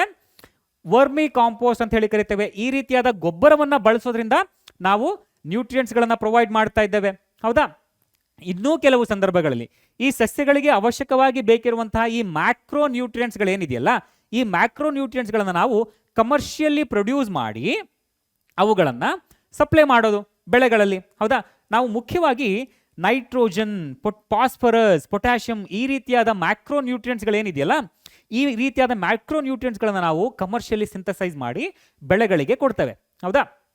ಇಲ್ಲಿ ಫರ್ಟಿಲೈಸರ್ಸ್ಗಳಿಂದ ಒಂದಷ್ಟು ಉಪಯೋಗ ಇದ್ರೂ ಕೂಡ ನಾವು ಹೆಚ್ಚಿನ ಫರ್ಟಿಲೈಸರ್ಸ್ಗಳನ್ನು ಯೂಸ್ ಮಾಡೋದ್ರಿಂದ ಅದು ಸಾಕಷ್ಟು ದುಷ್ಪರಿಣಾಮಗಳನ್ನು ಉಂಟು ಮಾಡುವಂತ ಸಾಧ್ಯತೆ ಇರುತ್ತೆ. ಹೌದಾ? Excess use of fertilisers destroy the soil fertility. ಹೌದಾ? ನಾವು ಹೆಚ್ಚಿನ ಪ್ರಮಾಣದಲ್ಲಿ ಫರ್ಟಿಲೈಸರ್ಸ್ಗಳನ್ನು ಯೂಸ್ ಮಾಡೋದ್ರಿಂದ ಸಾಯಿಲ್ ಫರ್ಟಿಲಿಟಿ ಹಾಳಾಗುತ್ತೆ. ಆ ಸಾಯಿಲ್ನ ಸತ್ವ ಏನಿದೆಯಲ್ಲ ಅದು ಹಾಳಾಗುತ್ತೆ. ಹೌದಾ? ಹಾಗಾಗಿ ನಾವು ಕೆಲವೊಂದು ಸರ್ತಿ ಯಾವುದೇ ರೀತಿಯ ಫರ್ಟಿಲೈಸರ್ಸ್ಗಳನ್ನು ಬಳಸದೆ, ಯಾವುದೇ ರೀತಿಯ ಪೆಸ್ಟಿಸೈಡ್ಸ್ಗಳನ್ನು ಬಳಸದೆ ವ್ಯವಸಾಯವನ್ನ ಮಾಡುವಂತ ಪದ್ಧತಿಗಳನ್ನು ಕಾಣಬಹುದು. ಹೌದಾ? ಅದನ್ನ ನಾವು ಆರ್ಗ್ಯಾನಿಕ್ ಫಾರ್ಮಿಂಗ್ ಅಂತ ಹೇಳಿ ಕರಿತೇವೆ. No use of chemicals or herbicides or pesticides. ಯಾವುದೇ ರೀತಿಯ ಹರ್ಬಿಸೈಡ್ಸ್ ಆಗಲಿ, ಪೆಸ್ಟಿಸೈಡ್ಸ್ ಆಗಲಿ ಅಥವಾ ಯಾವುದೇ ರೀತಿಯ ಕೆಮಿಕಲ್ ಫರ್ಟಿಲೈಸರ್ಸ್ಗಳನ್ನು ಬಳಸದೆ ಮಾಡುವಂತಹ ವ್ಯವಸಾಯ ಪದ್ಧತಿಗೆ ನಾವು ಆರ್ಗ್ಯಾನಿಕ್ ಫಾರ್ಮಿಂಗ್ ಅಂತ ಹೇಳಿ ಕರಿತೇವೆ. ಹೌದಾ? ಸೊ ಹೀಗೆ ಒಟ್ಟಾರೆಯಾಗಿ ನಮ್ಮ ಆ ಪ್ರೊಡಕ್ಷನ್ ಇಂಪ್ರೂವ್ ಆಗಬೇಕು ಅಂತ ಹೇಳಿದ್ರೆ ಮುಖ್ಯವಾಗಿ ನಮಗೆ ಉತ್ತಮವಾದ ನ್ಯೂಟ್ರಿಯೆಂಟ್ಸ್ಗಳನ್ನು ನಾವು ಸಸ್ಯಗಳಿಗೆ, ಬೆಳೆಗಳಿಗೆ ಕೊಡಬೇಕು. ಹೌದಾ? ಅದಾದ ನಂತರ ಕೇವಲ ನ್ಯೂಟ್ರಿಯೆಂಟ್ಸ್ ಸಾಕ? ನೀರು ಕೂಡ ಬೇಕು. ಹೌದಾ? ಅದಕ್ಕೆ ನಾವು ಇರಿಗೇಷನ್ ಸಿಸ್ಟಮ್ಸ್ಗಳನ್ನು ಬಳಸ್ತೇವೆ, ನೀರಾವರಿಯ ಪದ್ಧತಿಗಳನ್ನು. ಹೌದಾ? ಭಾರತದಲ್ಲಿ ಮುಖ್ಯವಾಗಿ ಬಾವಿಗಳನ್ನು ತೋಡೋದ್ರ ಮೂಲಕ, ಇದರಲ್ಲಿ ಕೊಳವೆ ಬಾವಿ ಇರಬಹುದು ಅಥವಾ ನಾವು ನಮ್ಮ ಕೈಯಿಂದ ತೋಡುವಂಥ ಬಾವಿ ಆಗಿರಬಹುದು, ಈ ರೀತಿಯಾದ ಬಾವಿಗಳನ್ನು ತೋಡಿ ಅಂಡರ್ಗ್ರೌಂಡ್ ವಾಟರನ್ನು ಬಳಸ್ಕೊಳ್ಳೋದ್ರ ಮೂಲಕ ನಾವು ಬೆಳೆಗಳಿಗೆ ನೀರನ್ನು ಕೊಡ್ತೇವೆ. ಅಥವಾ ಕೆನಾಲ್ಸ್ಗಳಾಗಿರಬಹುದು, ದೊಡ್ಡ ದೊಡ್ಡ ರಿಸರ್ವಾಯರ್ಸ್ಗಳಿಂದ ಸಣ್ಣ ಸಣ್ಣ ಕೆನಾಲ್ಸ್ಗಳನ್ನು ಮಾಡಿಕೊಂಡು ಆ ಕೆನಾಲ್ಸ್ಗಳಿಂದ ಬೆಳೆಗಳಿಗೆ ನೀರನ್ನು ಪಡ್ಕೊಳ್ಳುವಂಥ ಪದ್ಧತಿ. ಅಥವಾ ರಿವರ್ ಲಿಫ್ಟ್ ಸಿಸ್ಟಮ್, ನದಿಯ ಪಕ್ಕದಲ್ಲಿ ಇರುವಂತಹ ಜಮೀನಿನವರು ಆ ನದಿಯಿಂದ ನೇರವಾಗಿ ನೀರನ್ನು ಲಿಫ್ಟ್ ಮಾಡಿ ತಮ್ಮ ಬೆಳೆಗಳಿಗೆ ಬಳಸ್ಕೊಳ್ಳುವಂತಹ ಪದ್ಧತಿಗೆ ನಾವು ರಿವರ್ ಲಿಫ್ಟ್ ಸಿಸ್ಟಮ್ ಅಂತ ಹೇಳಿ ಕರಿತೇವೆ. ಕೆಲವು ಸಂದರ್ಭಗಳಲ್ಲಿ ಟ್ಯಾಂಕ್ಸ್ಗಳು, ಸಣ್ಣ ಸಣ್ಣದಾದ ಸ್ಟೋರೇಜ್ ಟ್ಯಾಂಕ್ಸ್ಗಳನ್ನು ನಾವು ನಮ್ಮ ಬೆಳೆಗಳಲ್ಲಿ ನಮ್ಮ ಬೆಳೆಗಳ ಮಧ್ಯದಲ್ಲಿ ಇಟ್ಕೊಂಡು ಅಲ್ಲಿಂದ ನೀರನ್ನು ಪಡ್ಕೊಳ್ಳುವಂತಹ ಒಂದು ಪ್ರಕ್ರಿಯೆಗೆ. ಹೌದಾ? ಇನ್ನು ಕೆಲವು ಸಂದರ್ಭಗಳಲ್ಲಿ ರೇನ್ ವಾಟರ್ ಹಾರ್ವೆಸ್ಟಿಂಗ್ ಮಾಡೋದ್ರ ಮೂಲಕ ನೀರನ್ನು ಪಡ್ಕೊಳ್ತೇವೆ. ಹೌದಾ? ಇನ್ನೂ ಕೆಲವು ಸಂದರ್ಭಗಳಲ್ಲಿ ಚೆಕ್ ಡ್ಯಾಮ್ಗಳನ್ನು ನಿರ್ಮಿಸೋದ್ರ ಮೂಲಕ ನಮ್ಮ ಅಂಡರ್ಗ್ರೌಂಡ್ ವಾಟರನ್ನು ಇಂಪ್ರೂವ್ ಮಾಡಿಕೊಂಡು ಆ ಚೆಕ್ ಡ್ಯಾಮ್ಗಳಿಂದನೂ ಕೂಡ ನಾವು ನೀರನ್ನು ಪಡ್ಕೊಳ್ಳುವಂತಹ ಪದ್ಧತಿಗಳನ್ನು ನಾವು ಭಾರತದಲ್ಲಿ ಗಮನಿಸಬಹುದು. ಹೌದಾ? ಈ ಚೆಕ್ ಡ್ಯಾಮ್ಗಳು ನೀರನ್ನು ಸ್ಟೋರ್ ಮಾಡಿ ಇಟ್ಕೊಳ್ಳೋದಲ್ಲದೆ ನಮ್ಮ ಅಂಡರ್ಗ್ರೌಂಡ್ ವಾಟರ್ ಲೆವೆಲ್ ಅನ್ನು ಕೂಡ ಹೆಚ್ಚು ಮಾಡುತ್ತವೆ. ಹೌದಾ? ಹಾಗೆ ಈ ಚೆಕ್ ಡ್ಯಾಮ್ಸ್ಗಳಿಂದ ನಮ್ಮ ಮಳೆಯ ನೀರು ಏನಿದೆಯಲ್ಲ, ಆ ಮಳೆ ನೀರು ಹೆಚ್ಚಿನ ಪ್ರಮಾಣದ ಫ್ರೆಶ್ ವಾಟರ್ ಏನಿದೆಯಲ್ಲ ಅದು ಅನಾವಶ್ಯಕವಾಗಿ ನೀರಿಗೆ ಅಂದರೆ ಸಮುದ್ರಕ್ಕೆ ಕೊಚ್ಕೊಂಡು ಹೋಗೋದನ್ನು ಕೂಡ ನಾವು ತಡ್ಕೊಂಡು ನಮಗೆ ಬೇಕಾದಷ್ಟು ರೀತಿಯಲ್ಲಿ ನಾವು ನೀರನ್ನು ಪಡ್ಕೊಳ್ಬಹುದು. ಹೌದಾ? ಸೊ ಇದ್ರ ಮೂಲಕ ನಮ್ಮ ಸಾಯಿಲ್ ಎರೋಷನ್ ಕೂಡ ಕಡಿಮೆ ಆಗುತ್ತೆ. ಹೌದಾ? ಆ ನೀರು, ಮಳೆಯ ನೀರು ಕೊಚ್ಚಿಕೊಂಡು ಹೋಗಿ ಅಥವಾ ನದಿಯ ನೀರು ಕೊಚ್ಚಿಕೊಂಡು ಹೋಗಿ ಉಂಟಾಗುವಂತಹ ಸಾಯಿಲ್ ಎರೋಷನ್ ಏನಿದೆಯಲ್ಲ, ಈ ಸಣ್ಣ ಪುಟ್ಟ ಚೆಕ್ ಡ್ಯಾಮ್ಸ್ಗಳನ್ನ ನಿರ್ಮಾಣ ಮಾಡೋದ್ರಿಂದ ಕೂಡ ಸ್ವಲ್ಪ ಪ್ರಮಾಣದಲ್ಲಿ ಆ ಸಾಯಿಲ್ ಎರೋಷನ್ ಕೂಡ ನಾವು ಕಡಿಮೆ ಮಾಡಬಹುದು. ಹೌದಾ? ಸೊ ಈ ರೀತಿಯಾದ ಇರಿಗೇಷನ್ ಸಿಸ್ಟಮ್ಸ್ಗಳನ್ನು ಬಳಸ್ಕೊಳ್ಳೋದ್ರ ಮೂಲಕ ನಮ್ಮ ಬೆಳೆಗೆ ಅವಶ್ಯಕವಾಗಿ ಬೇಕಿರುವಂತಹ ನೀರನ್ನು ನಾವು ಸರಬರಾಜು ಮಾಡ್ತಾ ಇದ್ದೇವೆ. ಹೌದಾ? ಈಗ ನ್ಯೂಟ್ರಿಯೆಂಟ್ ಸಿಕ್ತು, ನೀರು ಸಿಕ್ತು, ಅದಾದ್ಮೇಲೆ ಹೆಚ್ಚಿನ ಇಳುವರಿ ಬೇಕು ಅಂತ ಹೇಳಿದ್ರೆ ನಾವು ಒಂದಷ್ಟು ಕ್ರಾಪಿಂಗ್ ಪ್ಯಾಟರ್ನ್ಸ್ಗಳನ್ನು ಕೂಡ ನಾವು ಬಳಸಬೇಕು. ಹೌದಾ? ಇಲ್ಲಿ ಕ್ರಾಪಿಂಗ್ ಪ್ಯಾಟರ್ನ್ಸ್ ಅಂತ ಹೇಳಿದ್ರೆ ನಮ್ಮ ವ್ಯವಸಾಯ ಪದ್ಧತಿಗಳಲ್ಲಿ ಒಂದಷ್ಟು ಬದಲಾವಣೆಗಳನ್ನು ಮಾಡ್ಕೊಳ್ಳೋದು. ಈಗ ನಾವು ಮಿಕ್ಸ್ಡ್ ಕ್ರಾಪಿಂಗ್ ಅಂತ ಒಂದಿದೆ ನೋಡಿ. ಈ ಮಿಕ್ಸ್ಡ್ ಕ್ರಾಪಿಂಗ್ ನಲ್ಲಿ ಏನ್ ಮಾಡ್ತೇವೆ? ಸಾಮಾನ್ಯವಾಗಿ ಒಂದೇ ಒಂದು ಬೆಳೆಯ ಒಂದೇ ಒಂದು ಬೀಜವನ್ನು ನಾವು ಬೆಳಿತೇವೆ ಒಂದು ಸೀಸನ್ ನಲ್ಲಿ ಅಂತ ಇಟ್ಕೊಳ್ಳಿ. ಅದರ ಬದಲಾಗಿ ಮಿಕ್ಸ್ಡ್ ಕ್ರಾಪಿಂಗ್ ಮಾಡಬೇಕು ಅಂತ ಹೇಳಿದ್ರೆ 2 ಅಥವಾ 3 ಬೀಜಗಳನ್ನ ಮಿಕ್ಸ್ ಮಾಡಿ ಒಂದು ಪೀಸ್ ಆಫ್ ಲ್ಯಾಂಡ್ ನಲ್ಲಿ ನಾವು ಬೆಳೆಯುವಂಥದ್ದು. ಹೌದಾ? See, growing 2 or more crops simultaneously on the same piece of land. ಒಂದೇ ಭೂಮಿ ಇದೆ ನಮಗೆ, ಆ ಭೂಮಿಯಲ್ಲಿ 2 ಅಥವಾ 3 ರೀತಿಯ ಬೀಜಗಳನ್ನ ಮಿಕ್ಸ್ ಮಾಡಿ ಆ ಭೂಮಿಯಲ್ಲಿ ನಾವು ಬೆಳೆಯುವಂತ ಪ್ರಕ್ರಿಯೆಗೆ ನಾವು ಏನಂತ ಹೇಳಿ ಕರಿತೇವೆ? ಮಿಕ್ಸ್ಡ್ ಕ್ರಾಪಿಂಗ್ ಅಂತ ಹೇಳಿ ಕರಿತೇವೆ. ಹೌದಾ? ಉದಾಹರಣೆಗೆ ವೀಟ್ನ ಜೊತೆಗೆ ಗ್ರಾಮ್ ಅನ್ನ ಮಿಕ್ಸ್ ಮಾಡಿ ಬೆಳೆಯುವಂಥದ್ದು, ಅಥವಾ ವೀಟ್ನ ಜೊತೆಗೆ ಮಸ್ಟರ್ಡ್ ಅನ್ನ ಮಿಕ್ಸ್ ಮಾಡಿ ಬೆಳೆಯುವಂಥದ್ದಾಗಿರ್ಬೋದು. ಇದರಿಂದ ಏನಾಗುತ್ತೆ? ಇದರಿಂದ ನಮಗೊಂದು ಇನ್ಶೂರೆನ್ಸ್ ಸಿಗುತ್ತೆ ಅಂತ ಹೇಳಿದ್ರೆ, ಇವಾಗ ಯಾವುದೋ ಒಂದು ಕ್ರಾಪ್ ಫೇಲ್ ಆಯಿತು ಅಂತ ಇಟ್ಕೊಳ್ಳಿ, ಇನ್ನೊಂದು ಕ್ರಾಪ್ ಬೆಳಿಬೋದಾ? ಸೊ ಆಗ ಏನಾಗುತ್ತೆ? ರೈತರಿಗೆ ಲಾಸ್ ಆಗಲ್ಲ. ಸೊ ಒಂದು ಬೆಳೆ ಫೇಲ್ ಆಯಿತು, ಇನ್ನೊಂದು ಬೆಳೆಯಿಂದ ಇಳುವರಿ ಬಂತು. ಇದು ಒಂದು ರೀತಿಯ ಇನ್ಶೂರೆನ್ಸ್ ಸಿಗುತ್ತೆ ನಮಗೆ ನಮ್ಮ ಬೆಳೆಯ ಮೇಲೆ. ಹೌದಾ? ಯಾವುದೋ ಒಂದು ಬೆಳೆ ಫೇಲ್ ಆದ್ರೆ ಇನ್ನೊಂದು ಬೆಳೆ ಬರುತ್ತೆ ಅನ್ನೋ ಒಂದು ನಂಬಿಕೆ ಇರುತ್ತೆ. 2 ಬೆಳೆ ಫೇಲ್ ಆದ್ರೆ ಏನ್ ಮಾಡೋದು? ಅವಾಗ ಸ್ವಲ್ಪ ಕಷ್ಟ. ಹೌದಾ? ಅದಕ್ಕೆ ಬೇರೆ ಬೇರೆ ಕ್ರಾಪಿಂಗ್ ಸಿಸ್ಟಮ್ಸ್ಗಳನ್ನು ಕೂಡ ನಾವು ಬಳಸ್ಕೊಳ್ಬೇಕು. ಹೌದಾ? ಕ್ರಾಪಿಂಗ್ ಪ್ಯಾಟರ್ನ್ಸ್ಗಳನ್ನ, ಸರಿನಾ? ಉದಾಹರಣೆಗೆ ಇಂಟರ್ ಕ್ರಾಪಿಂಗ್. ಇಂಟರ್ ಕ್ರಾಪಿಂಗ್ ಅಂತ ಹೇಳಿದ್ರೆ, ಈಗ ನಮ್ಮ ಹತ್ರ ಒಂದು ಪೀಸ್ ಆಫ್ ಲ್ಯಾಂಡ್ ಇದೆ, ಅದರಲ್ಲಿ 2 ಅಥವಾ 3 ಎರಡಕ್ಕಿಂತ ಹೆಚ್ಚಿನ ಬೆಳೆಗಳನ್ನು ನಾವು ಸೈಮಲ್ಟೇನಿಯಸ್ಲಿ ಬೆಳೀತಾ ಇದ್ದೀವಿ in a same place of land, but in a definite pattern ಅಂತ ಹೇಳಿದ್ರೆ, ಇವಾಗ ನೋಡಿ 1 ಎಕರೆ ಜಮೀನಿದೆ. ಆ 1 ಎಕರೆ ಜಮೀನಲ್ಲಿ ನಾವು 2 ಕ್ರಾಪ್ಗಳನ್ನ ಬೆಳಿಬೇಕು ಅಂತ ನಿರ್ಧಾರ ಮಾಡಿದ್ದೇವೆ. ಹೌದಾ? ಅಂತ ಸಂದರ್ಭದಲ್ಲಿ ನಾವು ಬೆಳೆಯನ್ನ ಬೆಳೆಯುವಾಗ ನಾವು ಸಾಲುಗಳನ್ನ ಮಾಡ್ತೀವಲ್ವಾ, ಗುಣಿಗಳನ್ನ ಮಾಡ್ತೀವಲ್ವಾ, ಅದರಲ್ಲಿ ಮೊದಲ 2 ಸಾಲು ನಾವು ಸೋಯಾಬೀನ್ ಅನ್ನ ಹಾಕೋದು, ಇನ್ನು ನೆಕ್ಸ್ಟ್ 2 ಸಾಲು ಮೇಜ್ ಅನ್ನ ಹಾಕೋದಾಗಿರ್ಬೋದು. ಹೌದಾ? ಅದೇ ರೀತಿ ಇನ್ನೆರಡು ಸಾಲು ಕೌಪಿಯನ್ನು ಆಗುವಂತಾಗಿರ್ಬೋದು. ಈ ರೀತಿಯಾಗಿ ಒಂದೇ ಜಾಗದಲ್ಲಿ ಒಂದು ಡೆಫಿನೆಟ್ ಪ್ಯಾಟರ್ನ್ ನಲ್ಲಿ ನಾವು ಬೇರೆ ಬೇರೆ ಬೆಳೆಗಳನ್ನ ನಾವು ಬೆಳೀತಾ ಇದೀವಿ. ಹೌದಾ? ಇದರಿಂದ ಏನಾಗುತ್ತೆ? This ensures maximum utilisation of nutrient supplied and prevents pests and diseases. ಹೌದಾ? ಇದರಿಂದ ಏನಾಗುತ್ತೆ? ಈಗ ಒಂದು ಬೆಳೆಗೆ ಕಡಿಮೆ ನ್ಯೂಟ್ರಿಯೆಂಟ್ನ ಅವಶ್ಯಕತೆ ಇರುತ್ತೆ, ಇನ್ನೊಂದು ಬೆಳೆಗೆ ಹೆಚ್ಚಿನ ನ್ಯೂಟ್ರಿಯೆಂಟ್ನ ಅವಶ್ಯಕತೆ ಇರುತ್ತೆ. ಹೌದಾ? ಇಂಥ ಸಂದರ್ಭದಲ್ಲಿ ನಾವು ಅಲ್ಲಿರುವಂತಹ ನ್ಯೂಟ್ರಿಯೆಂಟ್ಸ್ಗಳನ್ನು ಸರಿ ಪ್ರಮಾಣದಲ್ಲಿ ಉಪಯೋಗ ಮಾಡ್ಕೊಂಡಾಗತ್ತಲ್ವಾ? ಎರಡೂ ಬೆಳೆಗಳಿಗೆ ಸಾಕಷ್ಟು ಪ್ರಮಾಣದಲ್ಲಿ ನ್ಯೂಟ್ರಿಯೆಂಟ್ಸ್ಗಳು ಸಿಗ್ತಾ ಇದೆ. ಹಾಗೆ ಒಂದು ಬೆಳೆ ಯಾವುದೋ ಒಂದು ಪೆಸ್ಟಿಗೆ ರೆಸಿಸ್ಟೆನ್ಸ್ ಅನ್ನ ಹೊಂದಿರುತ್ತೆ. ಯಾವುದೋ ಒಂದು ಬೆಳೆಯನ್ನು ಹಾಕೋದ್ರಿಂದ ಇನ್ನೊಂದು ಬೆಳೆಗೆ ಆ ಹುಳುಗಳು ಬರೋದು ತಡೆದಂಗಾಗುತ್ತೆ. ಹೌದಾ? ಈ ರೀತಿಯಾಗಿ ಮಾಡೋದ್ರಿಂದ ಆ ಭೂಮಿಯಲ್ಲಿ ಇರುವಂತಹ ನ್ಯೂಟ್ರಿಯೆಂಟ್ಸ್ಗಳು ಉತ್ತಮ ರೀತಿಯಲ್ಲಿ ಯುಟಿಲೈಸ್ ಆಗುತ್ತವೆ. ಹಾಗೆ ಬೆಳೆಗಳಿಗೆ ಯಾವುದೇ ರೀತಿಯ ಡಿಸೀಸ್ಗಳು ಬರುವಂತ ಸಾಧ್ಯತೆ ಕಡಿಮೆ ಆಗುತ್ತೆ. ಹೌದಾ? ಇದು ಇಂಟರ್ ಕ್ರಾಪಿಂಗ್ ನ ಉಪಯೋಗ. ಅದೇ ರೀತಿ ಕ್ರಾಪ್ ರೊಟೇಷನ್ ಮಾಡೋದ್ರ ಮೂಲಕ ಕೂಡ ನಮ್ಮ ಉತ್ಪಾದನೆ ನಾವು ಹೆಚ್ಚು ಮಾಡ್ಕೊಳ್ಬಹುದು. ಇಲ್ಲಿ ಕ್ರಾಪ್ ರೊಟೇಷನ್ ಅಂತ ಹೇಳಿದ್ರೆ growing different crops on a piece of land in a pre planned succession. ಈಗ ನಮಗೆ ಗೊತ್ತು ನಾವು 2 ಸೀಸನ್ ಅಲ್ಲಿ ಬೆಳೆಯನ್ನ ಬೆಳೀತಾ ಇದ್ದೀವಿ ಅಂತ. ಹೌದಾ? ಅಲ್ಲಿ ನಾವು ಏನ್ ಮಾಡ್ತಾ ಇದ್ದೀವಿ? ನಾವು 3 ತಿಂಗಳ ಬೆಳೆಯನ್ನ 4 ಸರ್ತಿ ಹಾಕ್ಬೋದು. ಹೌದಾ? ಅಥವಾ ಇವಾಗ ನೋಡಿ, ಒಂದು ಸೀಸನ್ ಅಲ್ಲಿ ನಾವು 6 ತಿಂಗಳ ಬೆಳೆಯ ಒಂದೇ ಒಂದು ಬೆಳೆಯನ್ನ ಹಾಕೋದ್ರ ಬದಲು 3 ತಿಂಗಳದ್ದು 2 ಬೆಳೆಯನ್ನ ಹಾಕ್ಬೋದಾ? ಸೊ ಹಾಗೆ ಯಾವ ಬೆಳೆಗಳನ್ನ ಬೆಳಿತೇವೆ, ಇವಾಗ ಮೊದಲು ನಾವು ಮೇಜ್ ಹಾಕಿದ್ದೇವೆ, ನಂತರ ನಾವು ಸನ್ಫ್ಲವರ್ ಹಾಕ್ತಾ ಇದ್ದೇವೆ. ಹೌದಾ? ಈ ರೀತಿಯಾಗಿ ಪ್ಲಾನ್ ಮಾಡಿಕೊಂಡು ಒಂದೇ ಪೀಸ್ ಆಫ್ ಲ್ಯಾಂಡ್ ನಲ್ಲಿ ಬೇರೆ ಬೇರೆ ರೀತಿಯ ಬೆಳೆಗಳನ್ನ ಒಂದಾದ್ಮೇಲೆ ಒಂದು ಬೆಳೀತಾ ಹೋಗೋದಕ್ಕೆ ನಾವು ಕ್ರಾಪ್ ರೊಟೇಷನ್ ಅಂತ ಹೇಳಿ ಕರೀತೇವೆ. ಒಂದಾದ್ಮೇಲೆ ಒಂದು ಬೆಳೀತಾ ಹೋಗೋದು. ಹೌದಾ? ಇದರಿಂದ ಏನಾಗುತ್ತೆ? ವರ್ಷ ಪೂರ್ತಿ ಬಿಡುವಂತ ಒಂದೇ ಬೆಳೆಯನ್ನ ಬೆಳೆದ್ರ ಬದಲು 3 ತಿಂಗಳು ಬರುವಂತಹ 4 ಬೆಳೆಯನ್ನ ಬೆಳಿಬಹುದಾ, ಅಥವಾ 3 ಬೆಳೆಯನ್ನ ಬೆಳಿಬಹುದಾ? ಇದರಿಂದ ಏನಾಗುತ್ತೆ? ನಮಗೆ ಒಂದೇ ಪೀಸ್ ಆಫ್ ಲ್ಯಾಂಡ್ ನಲ್ಲಿ ಒಂದು ಬೆಳೆಗೆ ಬದಲಾಗಿ 4 ಬೆಳೆಗಳು ಅಥವಾ 3 ಬೆಳೆಗಳು ಸಿಕ್ಕಂಗಾಗುತ್ತಾ? ನಮ್ಮ ಆದಾಯ ಹೆಚ್ಚಾಗುತ್ತಾ? ಹಾಗೆ ಪ್ರೊಡಕ್ಷನ್ ಇಳುವರಿ ಹೆಚ್ಚಾಗುತ್ತೆ, ಹೌದಲ್ವಾ? ಸೊ ಈ ಕಾರಣಕ್ಕಾಗಿ ಕ್ರಾಪ್ ರೊಟೇಷನ್ ಒಂದು ಇಳುವರಿಯನ್ನ ಹೆಚ್ಚು ಮಾಡುವಂತ ಒಂದು ಕೃಷಿ ಪದ್ಧತಿಯಾಗಿದೆ, ಸರಿನಾ? ಇಲ್ಲಿ ನಮಗೆ ಬೇಕಾದಂತ ಚಾಯ್ಸ್ ಆಫ್ ಕ್ರಾಪ್ನ ನಾವು ಕಲ್ಟಿವೇಟ್ ಮಾಡಿಕೊಂಡು ರೊಟೇಷನ್ ಮಾಡಬೇಕು ಅಂತ ಹೇಳಿದ್ರೆ ಒಂದಷ್ಟು ಫ್ಯಾಕ್ಟರ್ಸ್ಗಳನ್ನ ನಾವು ಗಮನದಲ್ಲಿಟ್ಕೊಳ್ಳೋದು ಮುಖ್ಯವಾಗುತ್ತೆ. ಅದು availability of moisture and irrigation facility, ನಮ್ಮ ಬಳಿ ಇರುವಂತಹ ನೀರಾವರಿಯ ಪದ್ಧತಿ ಹಾಗೆ ಆ ನೆಲದ ಮಾಯಿಶ್ಚರ್ ಏನಿದೆಯಲ್ಲ ಅದು ನಾವು ಯಾವ ರೀತಿಯ ಕ್ರಾಪ್ ಅನ್ನ ನಾವು ಕಲ್ಟಿವೇಟ್ ಮಾಡ್ಕೊಳ್ಬಹುದು, ಯಾವ ಕ್ರಾಪ್ಗಳನ್ನು ನಾವು ರೊಟೇಟ್ ಮಾಡ್ಬೋದು ಅನ್ನೋದನ್ನ ನಿರ್ಧಾರ ಮಾಡುವಂತ ಒಂದು ಫ್ಯಾಕ್ಟರ್ಸ್ಗಳಾಗಿದೆ, ಹೌದಾ? ಸೊ ಈ ಎಲ್ಲ ಪದ್ಧತಿಗಳನ್ನ ಬಳಸ್ಕೊಳ್ಳೋದ್ರ ಮೂಲಕ, ಅಳವಡಿಸ್ಕೊಳ್ಳೋದ್ರ ಮೂಲಕ ಒಟ್ಟಾರೆಯಾಗಿ ನಾವು ನಮ್ಮ ಪ್ರೊಡಕ್ಷನ್ ಅನ್ನ, ಇಳುವರಿಯನ್ನ ಹೆಚ್ಚು ಮಾಡ್ಕೊಳ್ತಾ ಹೋಗ್ಬೋದು, ಸರಿನಾ? ಅರ್ಥ ಆಗ್ತಿದೆಯಲ್ಲಪ್ಪ? ಅದೇ ರೀತಿ ಕ್ರಾಪ್ ಪ್ರೊಟೆಕ್ಷನ್ ನ ವಿಷಯಕ್ಕೆ ಬಂದ್ರೆ, ಈಗ ನಾವು ಒಂದು ಬೆಳೆಯನ್ನ ಬೆಳಿಬೇಕಾದ್ರೆ ಆ ಬೆಳೆಗೆ ಅವಶ್ಯಕವಾಗಿ ಬೇಕಿರುವಂತಹ ನೀರನ್ನ ಕೊಟ್ಟಿದ್ದೇವೆ, ನ್ಯೂಟ್ರಿಯೆಂಟ್ಸ್ಗಳನ್ನ ಕೊಟ್ಟಿದ್ದೇವೆ, ಹೌದಾ? ಕ್ರಾಪಿಂಗ್ ಪ್ಯಾಟರ್ನ್ಸ್ಗಳಲ್ಲಿ ಬದಲಾವಣೆಗಳನ್ನ ಮಾಡ್ಕೊಂಡಿದ್ದೇವೆ. ಅಷ್ಟು ಮಾಡಿದ್ರೆ ಸಾಕಾ? ಆ ಬೆಳೀತಾ ಇರುವಂತಹ ಬೆಳೆಯನ್ನ ಪ್ರೊಟೆಕ್ಟ್ ಮಾಡಲಿಲ್ಲ, ಅದು ಫಸಲು ಕೊಡೋ ತನಕ ಅದನ್ನ ಪ್ರೊಟೆಕ್ಟ್ ಮಾಡಲಿಲ್ಲ ಅಂತ ಹೇಳಿದ್ರೆ ನಮಗೆ ಮತ್ತೆ ಲಾಸ್ ಆಗುತ್ತೆ, ಇಳುವರಿ ಕಡಿಮೆ ಆಗುತ್ತೆ, ಹೌದಲ್ವಾ? ಸೊ ಈ ಕಾರಣಕ್ಕಾಗಿ ಕ್ರಾಪ್ ಪ್ರೊಟೆಕ್ಷನ್ ಮ್ಯಾನೇಜ್ಮೆಂಟ್ ಕೂಡ ನಮಗೆ ಅಷ್ಟೇ ಇಂಪಾರ್ಟೆಂಟ್ ಆಗುತ್ತೆ, ಸರಿನಾ? ಸಾಮಾನ್ಯವಾಗಿ ಯಾವುದೇ ರೀತಿಯ ಬೆಳೆಗಳನ್ನ ಬೆಳೆಯುವಾಗಲೂ ಕೂಡ ರೈತರು ಎದುರಿಸುವಂತಹ ಸಮಸ್ಯೆಗಳಂತ ಹೇಳಿದ್ರೆ ಮುಖ್ಯವಾಗಿ ಪೆಸ್ಟ್ಸ್ಗಳು, ಕೀಟಗಳ ಬಾಧೆ, ಹಾಗೆ ರೋಗಗಳು, ಹೌದಾ? ಮತ್ತೆ ವೀಡ್ಸ್, ಹರ್ಬ್ಸ್ಗಳು, ಹೌದಾ? ಈ ಬೆಳೆಗಳ ಮಧ್ಯೆ ಬರುವಂತಹ ವೀಡ್ಸ್ಗಳಾಗಿರ್ಬೋದು, ಆ ಬೆಳೆಗಳಿಗೆ ಬರುವಂತಹ ರೋಗಗಳಾಗಿರ್ಬೋದು, ಅಥವಾ ಪೆಸ್ಟ್ಸ್ಗಳಾಗಿರ್ಬೋದು, ಇನ್ಸೆಕ್ಟ್ಸ್ಗಳಾಗಿರ್ಬೋದು, ಇವೆಲ್ಲವುಗಳನ್ನು ಕೂಡ ತಡೆಯೋದು ನಮಗೆ ಅಷ್ಟೇ ಮುಖ್ಯವಾಗುತ್ತೆ, ಹೌದಾ? ಇಲ್ಲಿ ನಮಗೆ ಇವಾಗ ವೀಡ್ಸ್ಗಳು ಬೆಳೀತಾ ಇದೆ ಅಂತ ಅನ್ಕೊಳ್ಳಿ, ಹೌದಾ? Weeds are unwanted plants in the crop field. ನಮ್ಮ ಬೆಳೆಗಳ ಮಧ್ಯೆ, ಬೆಳೆಗಳ ನಡುವೆ ಬೆಳೆಯುವಂತಹ ಅನ್ವಾಂಟೆಡ್ ಪ್ಲಾಂಟ್ಸ್ಗಳಿಗೆ ನಾವು ಏನಂತ ಹೇಳಿ ಕರಿತೇವೆ?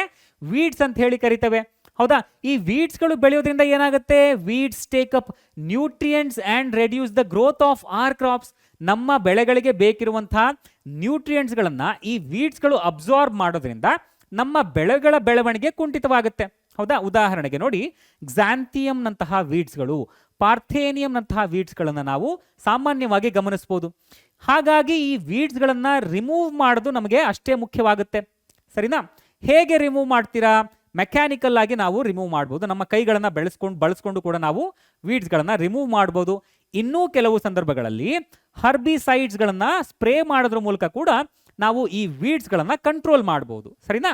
ಅದೇ ರೀತಿ ಪೆಸ್ಟ್ಸ್ಗಳು, ಕೀಟಗಳು ಬೆಳೆಗಳನ್ನ ಹಾಳು ಮಾಡುವಂತ ಒಂದು ಮೇಜರ್ ಫ್ಯಾಕ್ಟರ್ಸ್ಗಳಾಗಿರುತ್ತವೆ. ಇವುಗಳು ಬಯೋಟಿಕ್ ಫ್ಯಾಕ್ಟರ್ಸ್ಗಳು, ಹೌದಾ? ಓಕೆ, ಇವುಗಳನ್ನ ಹೇಗೆ ನಾವು ಪ್ರಿವೆಂಟ್ ಮಾಡೋದು? ಸಾಮಾನ್ಯವಾಗಿ ಇನ್ಸೆಕ್ಟ್ಸ್ಗಳು ಆ ಬೆಳೀತಾ ಇರುವಂತಹ ಮೊಗ್ಗನ್ನಾಗಿರಬಹುದು, ಅಥವಾ ಕಾಂಡವನ್ನಾಗಿರಬಹುದು, ಅಥವಾ ಹೂಗಳನ್ನ, ಎಲೆಗಳನ್ನ ತಿಂದು ಆ ಬೆಳೆಯ ಇಳುವರಿಯನ್ನ ಕಡಿಮೆ ಮಾಡುತ್ತವೆ, ಹೌದಾ? ಇಲ್ಲಿ ಒಂದೊಂದು ಪ್ಲಾಂಟ್ಸ್ಗಳಿಗೆ ಒಂದೊಂದು ರೀತಿಯ ಇನ್ಸೆಕ್ಟ್ಸ್ಗಳು ಅಥವಾ ಪೆಸ್ಟ್ಸ್ಗಳು ಬಾಧೆ ಕೊಡೋದನ್ನ ನಾವು ಗಮನಿಸಬಹುದು, ಹೌದಾ? ಉದಾಹರಣೆಗೆ ನೋಡಿ, ಕ್ಯಾಟರ್ ಪಿಲ್ಲರ್ಸ್ ಆಗಿರಬಹುದು, ಡ್ರ್ಯಾಗನ್ ಫ್ಲೈನಂತಹ ಕೀಟಗಳಾಗಿರ್ಬೋದು, ಇನ್ಸೆಕ್ಟ್ಸ್ಗಳಾಗಿರ್ಬೋದು, ಸಾಕಷ್ಟು ಬೆಳೆಗಳಿಗೆ ತೊಂದರೆಗಳನ್ನ ಕೊಡುತ್ತವೆ. ಸೊ ಇವುಗಳನ್ನ ತಡಿಬೇಕು ಅಂತ ಹೇಳಿದ್ರೆ ನಾವು ಸಾಮಾನ್ಯವಾಗಿ ಪೆಸ್ಟಿಸೈಡ್ಸ್ಗಳನ್ನ ಬಳಸೋದ್ರ ಮೂಲಕ, ಪೆಸ್ಟಿಸೈಡ್ಸ್ಗಳನ್ನ ಸ್ಪ್ರೇ ಮಾಡೋದ್ರ ಮೂಲಕ ನಾವು ಇನ್ಸೆಕ್ಟ್ಸ್ಗಳನ್ನ ಅಥವಾ ಪೆಸ್ಟ್ಸ್ಗಳನ್ನ ಕಡಿಮೆ ಮಾಡ್ತೇವೆ, ಹೌದಾ? ಇನ್ಸೆಕ್ಟಿಸೈಡ್ಸ್ ಅಂತ ಹೇಳಿ ಕರಿತೇವೆ, ಇನ್ಸೆಕ್ಟಿಸೈಡ್ಸ್, ಓಕೆನಾ?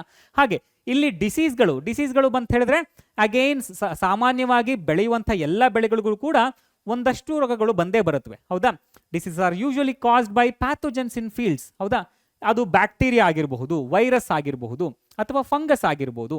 ಈ ರೀತಿಯಾದ ಮೈಕ್ರೋ ಆರ್ಗ್ಯಾನಿಸಮ್ಸ್ಗಳಿಂದ ರೋಗಗಳು ಕ್ರಾಪ್ಗಳಿಗೆ, ಬೆಳೆಗಳಿಗೆ ಬರೋದನ್ನ ನಾವು ಗಮನಿಸಬಹುದು, ಹೌದಾ? ಈ ಬೆಳೆಗಳನ್ನ, ಈ ಡಿಸೀಸ್ಗಳನ್ನ ನಾವು ಪ್ರಿವೆಂಟ್ ಮಾಡಬೇಕು ಅಂತ ಹೇಳಿದ್ರೆ ಏನ್ ಮಾಡಬೇಕು? ಅಗೈನ್ ನಾವು ಕೆಮಿಕಲ್ಸ್ಗಳನ್ನ ಸ್ಪ್ರೇ ಮಾಡೋದ್ರ ಮೂಲಕ, ಆ ಪ್ಯಾಥೋಜನ್ಸ್ಗಳನ್ನ ಕಿಲ್ ಮಾಡುವಂತಹ ಕೆಮಿಕಲ್ಸ್ಗಳನ್ನ ನಾವು ಸ್ಪ್ರೇ ಮಾಡೋದ್ರ ಮೂಲಕ ನಾವು ಡಿಸೀಸ್ಗಳನ್ನ ತಡಿಬಹುದು, ಹೌದಾ?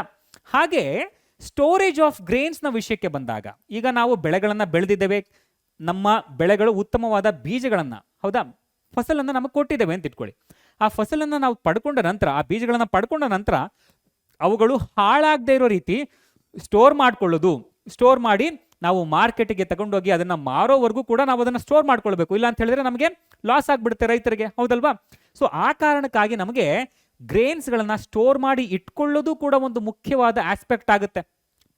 ಈಗ ಈ ಗ್ರೇನ್ಸ್ಗಳನ್ನ ನಾವು ಸ್ಟೋರ್ ಮಾಡಿ ಇಟ್ಟಾಗ ಅಲ್ಲಿಯೂ ಕೂಡ ಸಾಕಷ್ಟು ಬಯೋಟಿಕ್ ಹಾಗೂ ಎ ಬಯೋಟಿಕ್ ಫ್ಯಾಕ್ಟರ್ಸ್ಗಳು ಈ ಗ್ರೇನ್ಸ್ಗಳನ್ನ ಹಾಳು ಮಾಡುವಂತ ಸಾಧ್ಯತೆಗಳಿರುತ್ತೆ. ಉದಾಹರಣೆಗೆ ನೋಡಿ, ಫಂಗಸ್ ಆಗಿರಬಹುದು. ಹೌದಾ, ಈ ಫಂಗಸ್ ಬಂದು ಆ ಗ್ರೇನ್ಸ್ಗಳನ್ನ ಅಟ್ಯಾಕ್ ಮಾಡಿ ಅದರಿಂದ ಅದರ ಕ್ವಾಲಿಟಿಯನ್ನ ಕಡಿಮೆ ಮಾಡುವಂತದ್ದಾಗಿರ್ಬೋದು. ಅಥವಾ ಕೆಲವು ಸಂದರ್ಭಗಳಲ್ಲಿ ಎ ಬಯೋಟಿಕ್ ಫ್ಯಾಕ್ಟರ್ಸ್ಗಳು ಈ ಮಾಯಿಶ್ಚರ್ನಿಂದಾಗಿ ಅಥವಾ ಟೆಂಪರೇಚರ್ನ ವ್ಯತ್ಯಾಸದಿಂದಾಗಿ ಅಲ್ಲಿಯೂ ಕೂಡ ಮತ್ತೆ ಫಂಗಲ್ ಇನ್ಫೆಕ್ಷನ್ಸ್ಗಳು ಜಾಸ್ತಿ ಆಗೋದನ್ನ ನಾವು ಗಮನಿಸಬಹುದು. ಹೌದಾ, ಕೆಲವು ಸಂದರ್ಭಗಳಲ್ಲಿ ಇನ್ಸೆಕ್ಟ್ಸ್ಗಳು ಬಂದು ಆ ಗ್ರೇನ್ಸ್ಗಳನ್ನ ಹಾಳು ಮಾಡುವಂಥದ್ದನ್ನ ನಾವು ಗಮನಿಸಬಹುದು. ಹೌದಾ, ಸೊ ಈ ಕಾರಣದಿಂದಾಗಿ ಏನಾಗುತ್ತೆ, ಆ ಗ್ರೇನ್ಸ್ಗಳ ಕ್ವಾಲಿಟಿ ಅನ್ನೋದು ಕಡಿಮೆ ಆಗುತ್ತೆ, ಆ ವೆಯ್ಟ್ ಅನ್ನೋದು ರಿಡಕ್ಷನ್ ಆಗ್ಬೋದು ಅಥವಾ ಅವುಗಳ ಕ್ವಾಲಿಟಿ ಕಡಿಮೆ ಆಗ್ಬೋದು.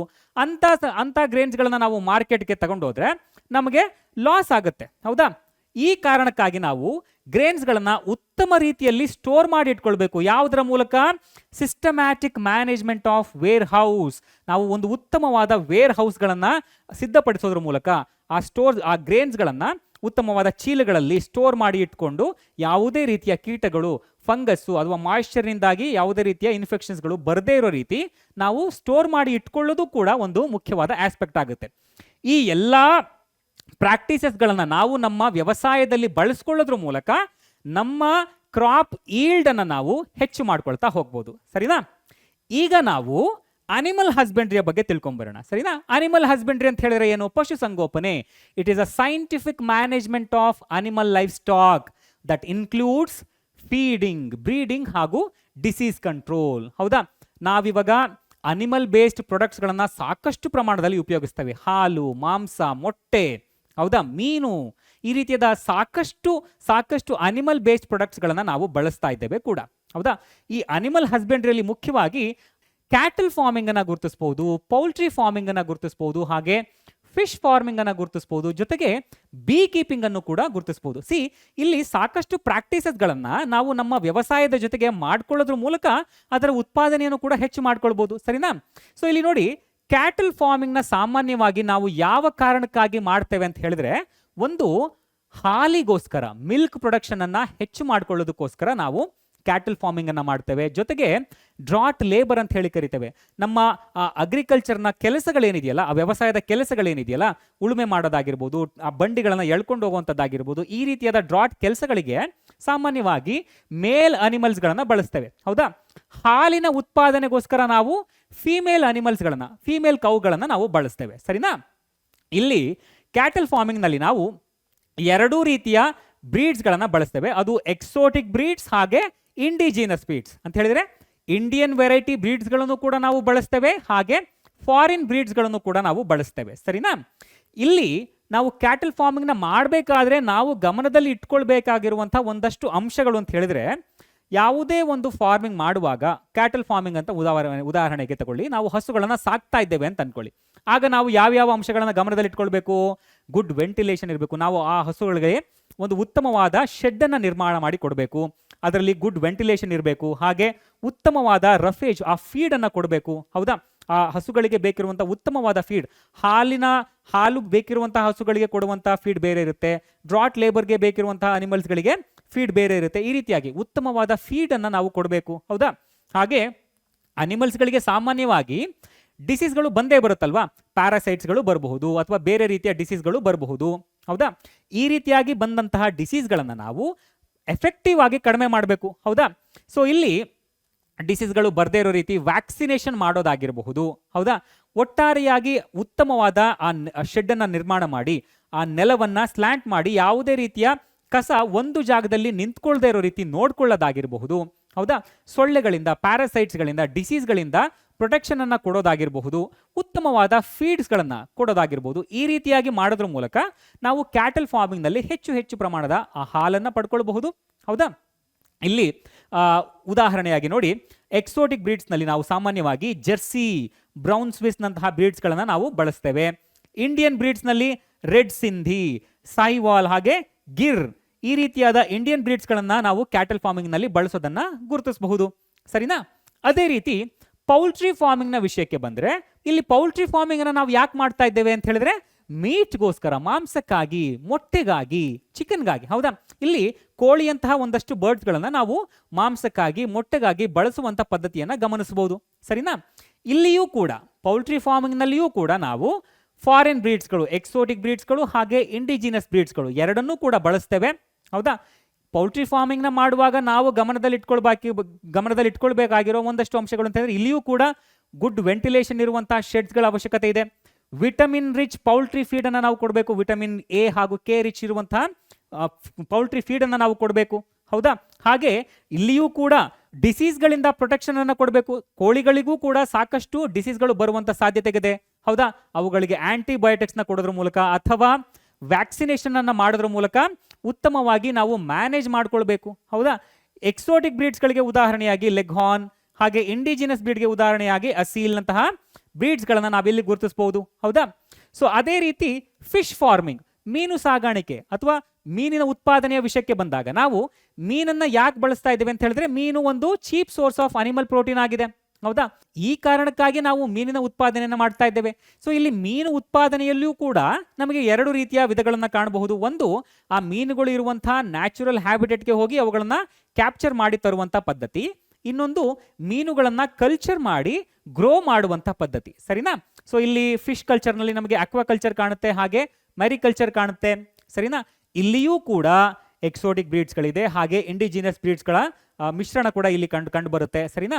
ಫಿಶ್ ಫಾರ್ಮಿಂಗ್ ಅಂತ ಹೇಳಿದ್ರೆ ಸಾಮಾನ್ಯವಾಗಿ ನಾವು ಅವುಗಳ ನ್ಯಾಚುರಲ್ ಹ್ಯಾಬಿಟೇಟ್ಗೆ ಹೋಗಿ ಅಲ್ಲಿ ಆ ದೊಡ್ಡ ದೊಡ್ಡ ಪ್ರಮಾಣದಲ್ಲಿ ಮೀನುಗಳು ಇರುವಂತಹ ಜಾಗಗಳನ್ನ ಸ್ಯಾಟಲೈಟ್ಸ್ಗಳ ಮೂಲಕ ಹಾಗೆ ಎಕೋ ಸೌಂಡ್ಸ್ಗಳನ್ನ ಬಳಸೋದ್ರ ಮೂಲಕ ಆ ಮೀನುಗಳು ಇರುವಂತಹ ಜಾಗವನ್ನ ಪತ್ತೆ ಮಾಡಿ ಅಲ್ಲಿ ಹೋಗಿ ಮೀನುಗಳನ್ನ ಕ್ಯಾಪ್ಚರ್ ಮಾಡಿ ತರುವಂತದ್ದು. ಹೌದಾ? ಸೊ ಈ ಎರಡು ಪದ್ಧತಿಗಳು, ಈ ಎರಡು ಟೆಕ್ನಿಕ್ಸ್ಗಳ ಮೂಲಕ ನಾವು ಫಿಶ್ ಫಾರ್ಮಿಂಗ್ ಅನ್ನ ಮಾಡೋದನ್ನ ಗಮನಿಸಬಹುದು. ಅದೇ ರೀತಿ ಫಿಶ್ ಕಲ್ಚರ್ನ ವಿಷಯಕ್ಕೆ ಬಂದಾಗ ಇಲ್ಲಿ ಏನ್ ಮಾಡ್ತೇವೆ, ಒಂದು ಕಾಂಪೋಸಿಟ್ ಫಿಶ್ ಕಲ್ಚರ್ನಲ್ಲಿ ಒಂದು 4-5 ವೆರೈಟಿಯ ಫಿಶ್ಗಳನ್ನ ಒಂದು ಪಾಂಡ್ನಲ್ಲಿ, ಒಂದು ಕಲ್ಚರ್ನಲ್ಲಿ ಬೆಳೆಸಿ, ಹೌದಾ, ಟಾಪ್ ಲೇಯರ್ನಲ್ಲಿ ಫೀಡ್ ಮಾಡುವಂತಹ ಫಿಶ್ಗಳು ಬೇರೆ, ಹಾಗೆ ಮಿಡ್ ಲೇಯರ್ನಲ್ಲಿ ಫೀಡ್ ಮಾಡುವಂತಹ ಮೀನುಗಳು ಬೇರೆ, ಬಾಟಮ್ನಲ್ಲಿ ಫೀಡ್ ಮಾಡುವಂತಹ ಮೀನುಗಳು ಬೇರೆ. ಈ ರೀತಿಯಾಗಿ ಆ ಒಂದು ಕಲ್ಚರ್ ಸಿಸ್ಟಮ್ ಏನಿದೆ, ಒಂದು ಪಾಂಡ್ ಸಿಸ್ಟಮ್ ಏನಿದೆ, ಅದರ ಎಲ್ಲಾ ಲೇಯರ್ಗಳಲ್ಲಿಯೂ ಕೂಡ ಆ ಇರುವಂತಹ ಆಹಾರವನ್ನ ಮೀನುಗಳು ಹೆಚ್ಚು ಪ್ರಮಾಣದಲ್ಲಿ ಬಳಸ್ಕೊಳ್ಳೋ ರೀತಿ ಒಂದು 5-6 ವೆರೈಟಿಯ ಮೀನುಗಳನ್ನ ಒಂದು ಕಲ್ಚರ್ನಲ್ಲಿ ಇನ್ಕ್ಲೂಡ್ ಮಾಡಿ ಬೆಳೆಯುವಂತ ಪದ್ಧತಿ. ಸರಿನಾ? ಈ ಫಿಶ್ ಕಲ್ಚರ್ನಲ್ಲಿ ಮುಖ್ಯವಾಗಿ ನಮಗೆ ಆ ಸೀಡ್ಸ್ಗಳ ಕೊರತೆ, ಅಭಾವ ಅನ್ನೋದು ಕಂಡು ಬರುತ್ತೆ. ಆ ಕಾರಣಕ್ಕಾಗಿ ನಾವು ಏನ್ ಮಾಡ್ತೇವೆ, ಆ ಫಿಶ್ಗಳಲ್ಲಿ ಹಾರ್ಮೋನಲ್ ಸ್ಟಿಮ್ಯುಲೇಷನ್ಸ್ ಮಾಡೋದ್ರ ಮೂಲಕ ಹೆಚ್ಚು ಪ್ರಮಾಣದ ಮೊಟ್ಟೆಗಳನ್ನ ಉತ್ಪತ್ತಿ ಮಾಡುವಂಥದ್ದಾಗಿರ್ಬೋದು, ಹೊಸ ಮೀನಿನ ಸೀಡ್ಸ್ಗಳು ಬರುವಂತೆ ನೋಡಿಕೊಂಡು ಯಾವಾಗಲೂ ಕೂಡ ಆ ಮೀನುಗಳ ಆ ಮರಿಗಳೇನಿದೆಯಲ್ಲ, ಆ ಸೀಡ್ಸ್ಗಳ ಕೊರತೆ ಬಾರದೇ ಇರೋ ರೀತಿ ನೋಡಿಕೊಂಡು ಹೆಚ್ಚು ಪ್ರಮಾಣದ ಮೀನಿನ ಉತ್ಪಾದನೆಯನ್ನು ನಾವು ಮಾಡ್ತೇವೆ. ಸೊ ಇಲ್ಲಿ ಫಿಶ್ ಫಾರ್ಮಿಂಗ್ ಅನ್ನು ನಾವು 2 ಮೇನ್ ಪರ್ಪಸ್ಗಳಿಗಾಗಿ ಬಳಸ್ತೇವೆ. ಒಂದು, ಟ್ರೂ ಫಿನ್ ಇರುವಂತಹ ಮೀನುಗಳನ್ನ ಹಿಡಿಯೋದಕ್ಕಾಗಿರ್ಬೋದು, ಇನ್ನೊಂದು ಶೆಲ್ ಇರುವಂತಹ ಆರ್ಗ್ಯಾನಿಸಮ್ಸ್ಗಳನ್ನ ಕೂಡ ನಾವು ಹಿಡಿಯೋದಕ್ಕಾಗಿರ್ಬೋದು. ಉದಾಹರಣೆಗೆ ಪ್ರಾನ್ಸ್ ನಂತಹ ಆರ್ಗ್ಯಾನಿಸಮ್ಸ್ಗಳು, ಇವುಗಳನ್ನು ಕೂಡ ನಾವು ಫಿಶ್ ಫಾರ್ಮಿಂಗ್ನ ಮೂಲಕ ಕ್ಯಾಪ್ಚರ್ ಮಾಡ್ತೇವೆ. ಹೌದಲ್ವಾ? ಸೊ ಇಲ್ಲಿ ಫ್ರೆಶ್ ವಾಟರ್ಗೆ ಎಕ್ಸಾಂಪಲ್ಸ್ಗಳಾಗಿ ಪ್ರಾನ್ಸ್ಗಳು ನೋಡಿ, ಮ್ಯಾಕ್ರೋ ಬ್ರಾಕಿನಮ್ ಅನ್ನುವಂಥ ಒಂದು ಫ್ರೆಶ್ ವಾಟರ್ ಪ್ರಾನ್ ಆಗಿರ್ಬೋದು, ಅಥವಾ ಮರೈನ್ ಪ್ರಾನ್ಸ್ಗಳು. ಹೌದಾ? ಈ ರೀತಿಯಾದ ಸಾಕಷ್ಟು ಪ್ರಾನ್ಸ್ಗಳನ್ನು ಕೂಡ ನಾವು ಕ್ಯಾಪ್ಚರ್ ಮಾಡ್ತೇವೆ ಈ 2 ಪರ್ಪಸ್ಗಳನ್ನ ಮೀಟ್ ಮಾಡಲಿಕ್ಕೆ. ಹೌದಾ? ಫ್ರೆಶ್ ವಾಟರ್ ಫಿಶಸ್ಗಳಿಗೆ ಉದಾಹರಣೆಯಾಗಿ ಕಾಮನ್ ಕಾರ್ಪ್ ಆಗಿರ್ಬೋದು, ಕಾಟ್ಲಾ ಆಗಿರ್ಬೋದು, ರೋಹು ಆಗಿರ್ಬೋದು, ಹಾಗೆ ಮೆರೈನ್ ಫಿಶ್ಗಳಿಗೆ ಎಕ್ಸಾಂಪಲ್ಸ್ ಆಗಿ ಪಾಂಪ್ರೆಟ್ ಆಗಿರ್ಬೋದು, ಬಾಂಬೆ ಡಕ್ ಆಗಿರ್ಬೋದು. ಈ ರೀತಿಯಾದ ಸಾಕಷ್ಟು ಉದಾಹರಣೆಗಳನ್ನ ನಾವಿಲ್ಲಿ ಕೊಡಬಹುದು. ಅರ್ಥ ಆಗ್ತಿದೆಯಲ್ಲಪ್ಪ? ಸೊ ಫಿಶ್ ಫಾರ್ಮಿಂಗ್ ನಿಮಗೆ ಅರ್ಥ ಆಯ್ತಾ? ಅದೇ ರೀತಿ ಬೀ ಕೀಪಿಂಗ್ ಸಾಮಾನ್ಯವಾಗಿ ವ್ಯವಸಾಯದ ಜೊತೆಗೆ ಒಂದು ಪ್ರವೃತ್ತಿಯಾಗಿ, ಒಂದು ಅಡಿಷನಲ್ ಸೋರ್ಸ್ ಆಫ್ ಇನ್ಕಮ್ ಆಗಿ ರೈತರು ಬಳಸುವಂತಹ ಪದ್ಧತಿಯನ್ನು ನಾವಿಲ್ಲಿ ಗಮನಿಸಬಹುದು. ಹೌದಾ?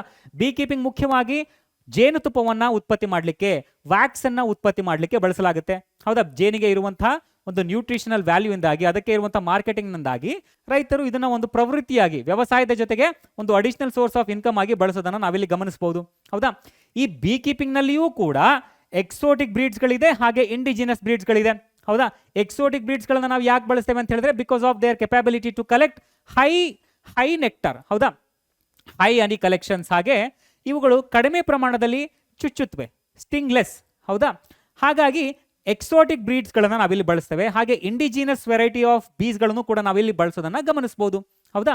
ಇಲ್ಲಿ ಆ ಜೇನುತುಪ್ಪದ ಕ್ವಾಲಿಟಿ ಏನಿದೆಯಲ್ಲ, ಅದು ಆ ಜೇನು ಸಾಕಾಣಿಕೆ ಮಾಡುವಂತಹ ಜಾಗದ ಸುತ್ತಮುತ್ತ ಇರುವಂತಹ ಸಸ್ಯ ಸಂಪತ್ತಿನ ಮೇಲೆ ನಿರ್ಧರಿತವಾಗಿರುತ್ತೆ. ಹೌದಾ? ಅಲ್ಲಿ ಇರುವಂತಹ ಫ್ಲವರ್ಸ್ಗಳ ಮೇಲೆ ನಿರ್ಧರಿತವಾಗಿರುತ್ತೆ. ಸೊ ಇದರ ಮೇಲೆ ಆ ಜೇನುತುಪ್ಪದ ಟೇಸ್ಟ್ ಅನ್ನೋದು ನಿರ್ಧರಿತವಾಗಿರುತ್ತೆ. ಸರಿನಾ? ಸೊ ಇಲ್ಲಿ ಒಂದಷ್ಟು ಬಿ ವೆರೈಟೀಸ್ಗಳ ಎಕ್ಸಾಂಪಲ್ ಅನ್ನು ನಾನು ಕೊಟ್ಟಿದ್ದೇನೆ. ಏಪಿಸ್ ಸೆರನಾ ಇಂಡಿಕಾ ಇದು ಇಂಡಿಯನ್ ಬ್ರೀಡ್ ಅಪ್ಪ, ಇಂಡಿಯನ್ ಬ್ರೀಡ್. ಹಾಗೆ ಒಂದಷ್ಟು ಅದರ್ ವೆರೈಟೀಸ್ಗಳಿದೆ ನೋಡಿ, ಏಪಿಸ್ ಡಾರ್ಸೆಟಾ ಹಾಗೆ ಏಪಿಸ್ ಫ್ಲೋರಿಯಾ ಎನ್ನುವಂಥ ಬಿ ವೆರೈಟಿಗಳನ್ನು ನಾವಿಲ್ಲಿ ಜೇನು ಸಾಗಾಣಿಕೆಯಲ್ಲಿ ಬಳಸ್ತೇವೆ. ಫಾರಿನ್ ಬ್ರೀಡ್ ಏಪಿಸ್ ಮೆಲ್ಲಿಫೆರಾ, ಹೌದಾ, ಏಪಿಸ್ ಮೆಲ್ಲಿಫೆರಾ ಅನ್ನುವಂಥ ಒಂದು ಇಟಾಲಿಯನ್ ಬ್ರೀಡ್ ಅನ್ನು ಕೂಡ ನಾವಿಲ್ಲಿ ಬಳಸೋದನ್ನು ಗಮನಿಸಬಹುದು. ಹೌದಾ? ಸೊ ಈ ಎಲ್ಲ ಪ್ರಾಕ್ಟೀಸಸ್ಗಳ ಮೂಲಕ ನಮ್ಮ ಅನಿಮಲ್ ಫುಡ್ ಸೋರ್ಸಸ್ಗಳು ಏನಿದೆ ಅವೆಲ್ಲವುಗಳ ಉತ್ಪಾದನೆಯನ್ನು ನಾವು ಹೆಚ್ಚು ಮಾಡೋದ್ರ ಮೂಲಕ ನಮ್ಮ ಫುಡ್ ರಿಸೋರ್ಸ್ಗಳನ್ನು ನಾವು ಇಂಪ್ರೂವ್ ಮಾಡ್ಕೊಳ್ತಾ ಹೋಗ್ಬೋದು. ಸರಿನಾ? ಅರ್ಥ ಆಗ್ತಿದೆಯಲ್ಲಪ್ಪ? ಈ ಪ್ರಾಕ್ಟೀಸಸ್ಗಳ ಮೂಲಕ ನಮ್ಮ ಆಹಾರದ ಕೊರತೆಯನ್ನು ನಾವು ನೀಗಿಸ್ಕೊಳ್ಬಹುದು, ಹಾಗೆ ಉತ್ಪಾದನೆಯನ್ನು, ಇಳುವರಿಯನ್ನು ನಾವು ಹೆಚ್ಚು ಹೆಚ್ಚು ಮಾಡ್ಕೊಳ್ತಾ ಹೋಗ್ಬೋದು. ಸರಿನಾ? ಇಂಪ್ರೂವ್ಮೆಂಟ್ಸ್ ಇನ್ ಫುಡ್ ರಿಸೋರ್ಸಸ್ ಚಾಪ್ಟರ್ನಲ್ಲಿ ಇರುವಂತಹ ಎಲ್ಲ ಕಾನ್ಸೆಪ್ಟ್ಗಳನ್ನು ಸಮ್ಮರೈಸ್ ಮಾಡಿ ಎಕ್ಸ್ಪ್ಲೇನ್ ಮಾಡಲಿಕ್ಕೆ ನಾನು ಪ್ರಯತ್ನ ಪಟ್ಟಿದ್ದೇನೆ. ಎಲ್ಲ ಕಾನ್ಸೆಪ್ಟ್ಸ್ಗಳು ಕೂಡ ನಿಮಗೆ ಅರ್ಥ ಆಗಿದೆ ಅಂತ ಅಂದ್ಕೊಳ್ತೇನೆ. ಸರಿನಾ? ಹಾಗಿದ್ರೆ ಇವತ್ತಿಗೆ ನಾವು ಇಂಪ್ರೂವ್ಮೆಂಟ್ಸ್ ಇನ್ ಫುಡ್ ರಿಸೋರ್ಸಸ್ ಚಾಪ್ಟರ್ನ ಸಮ್ಮರಿ ಹಾಗೂ ಮೈಂಡ್ ಮ್ಯಾಪ್ ಎರಡನ್ನೂ ಕೂಡ ಮುಗಿಸಿದ್ದೇವೆ. ಮುಂದಿನ ವಿಡಿಯೋದಲ್ಲಿ ಇನ್ನಷ್ಟು ವಿಷಯಗಳೊಂದಿಗೆ ನಾನು ನಿಮ್ಮ ಜೊತೆ ಬರ್ತೇನೆ. ಹಾಗಿದ್ರೆ ಮುಂದಿನ ವಿಡಿಯೋದಲ್ಲಿ ಮತ್ತೆ ಭೇಟಿಯಾಗೋಣ. ಅಲ್ಲಿವರೆಗೂ ಧನ್ಯವಾದ. Thank you.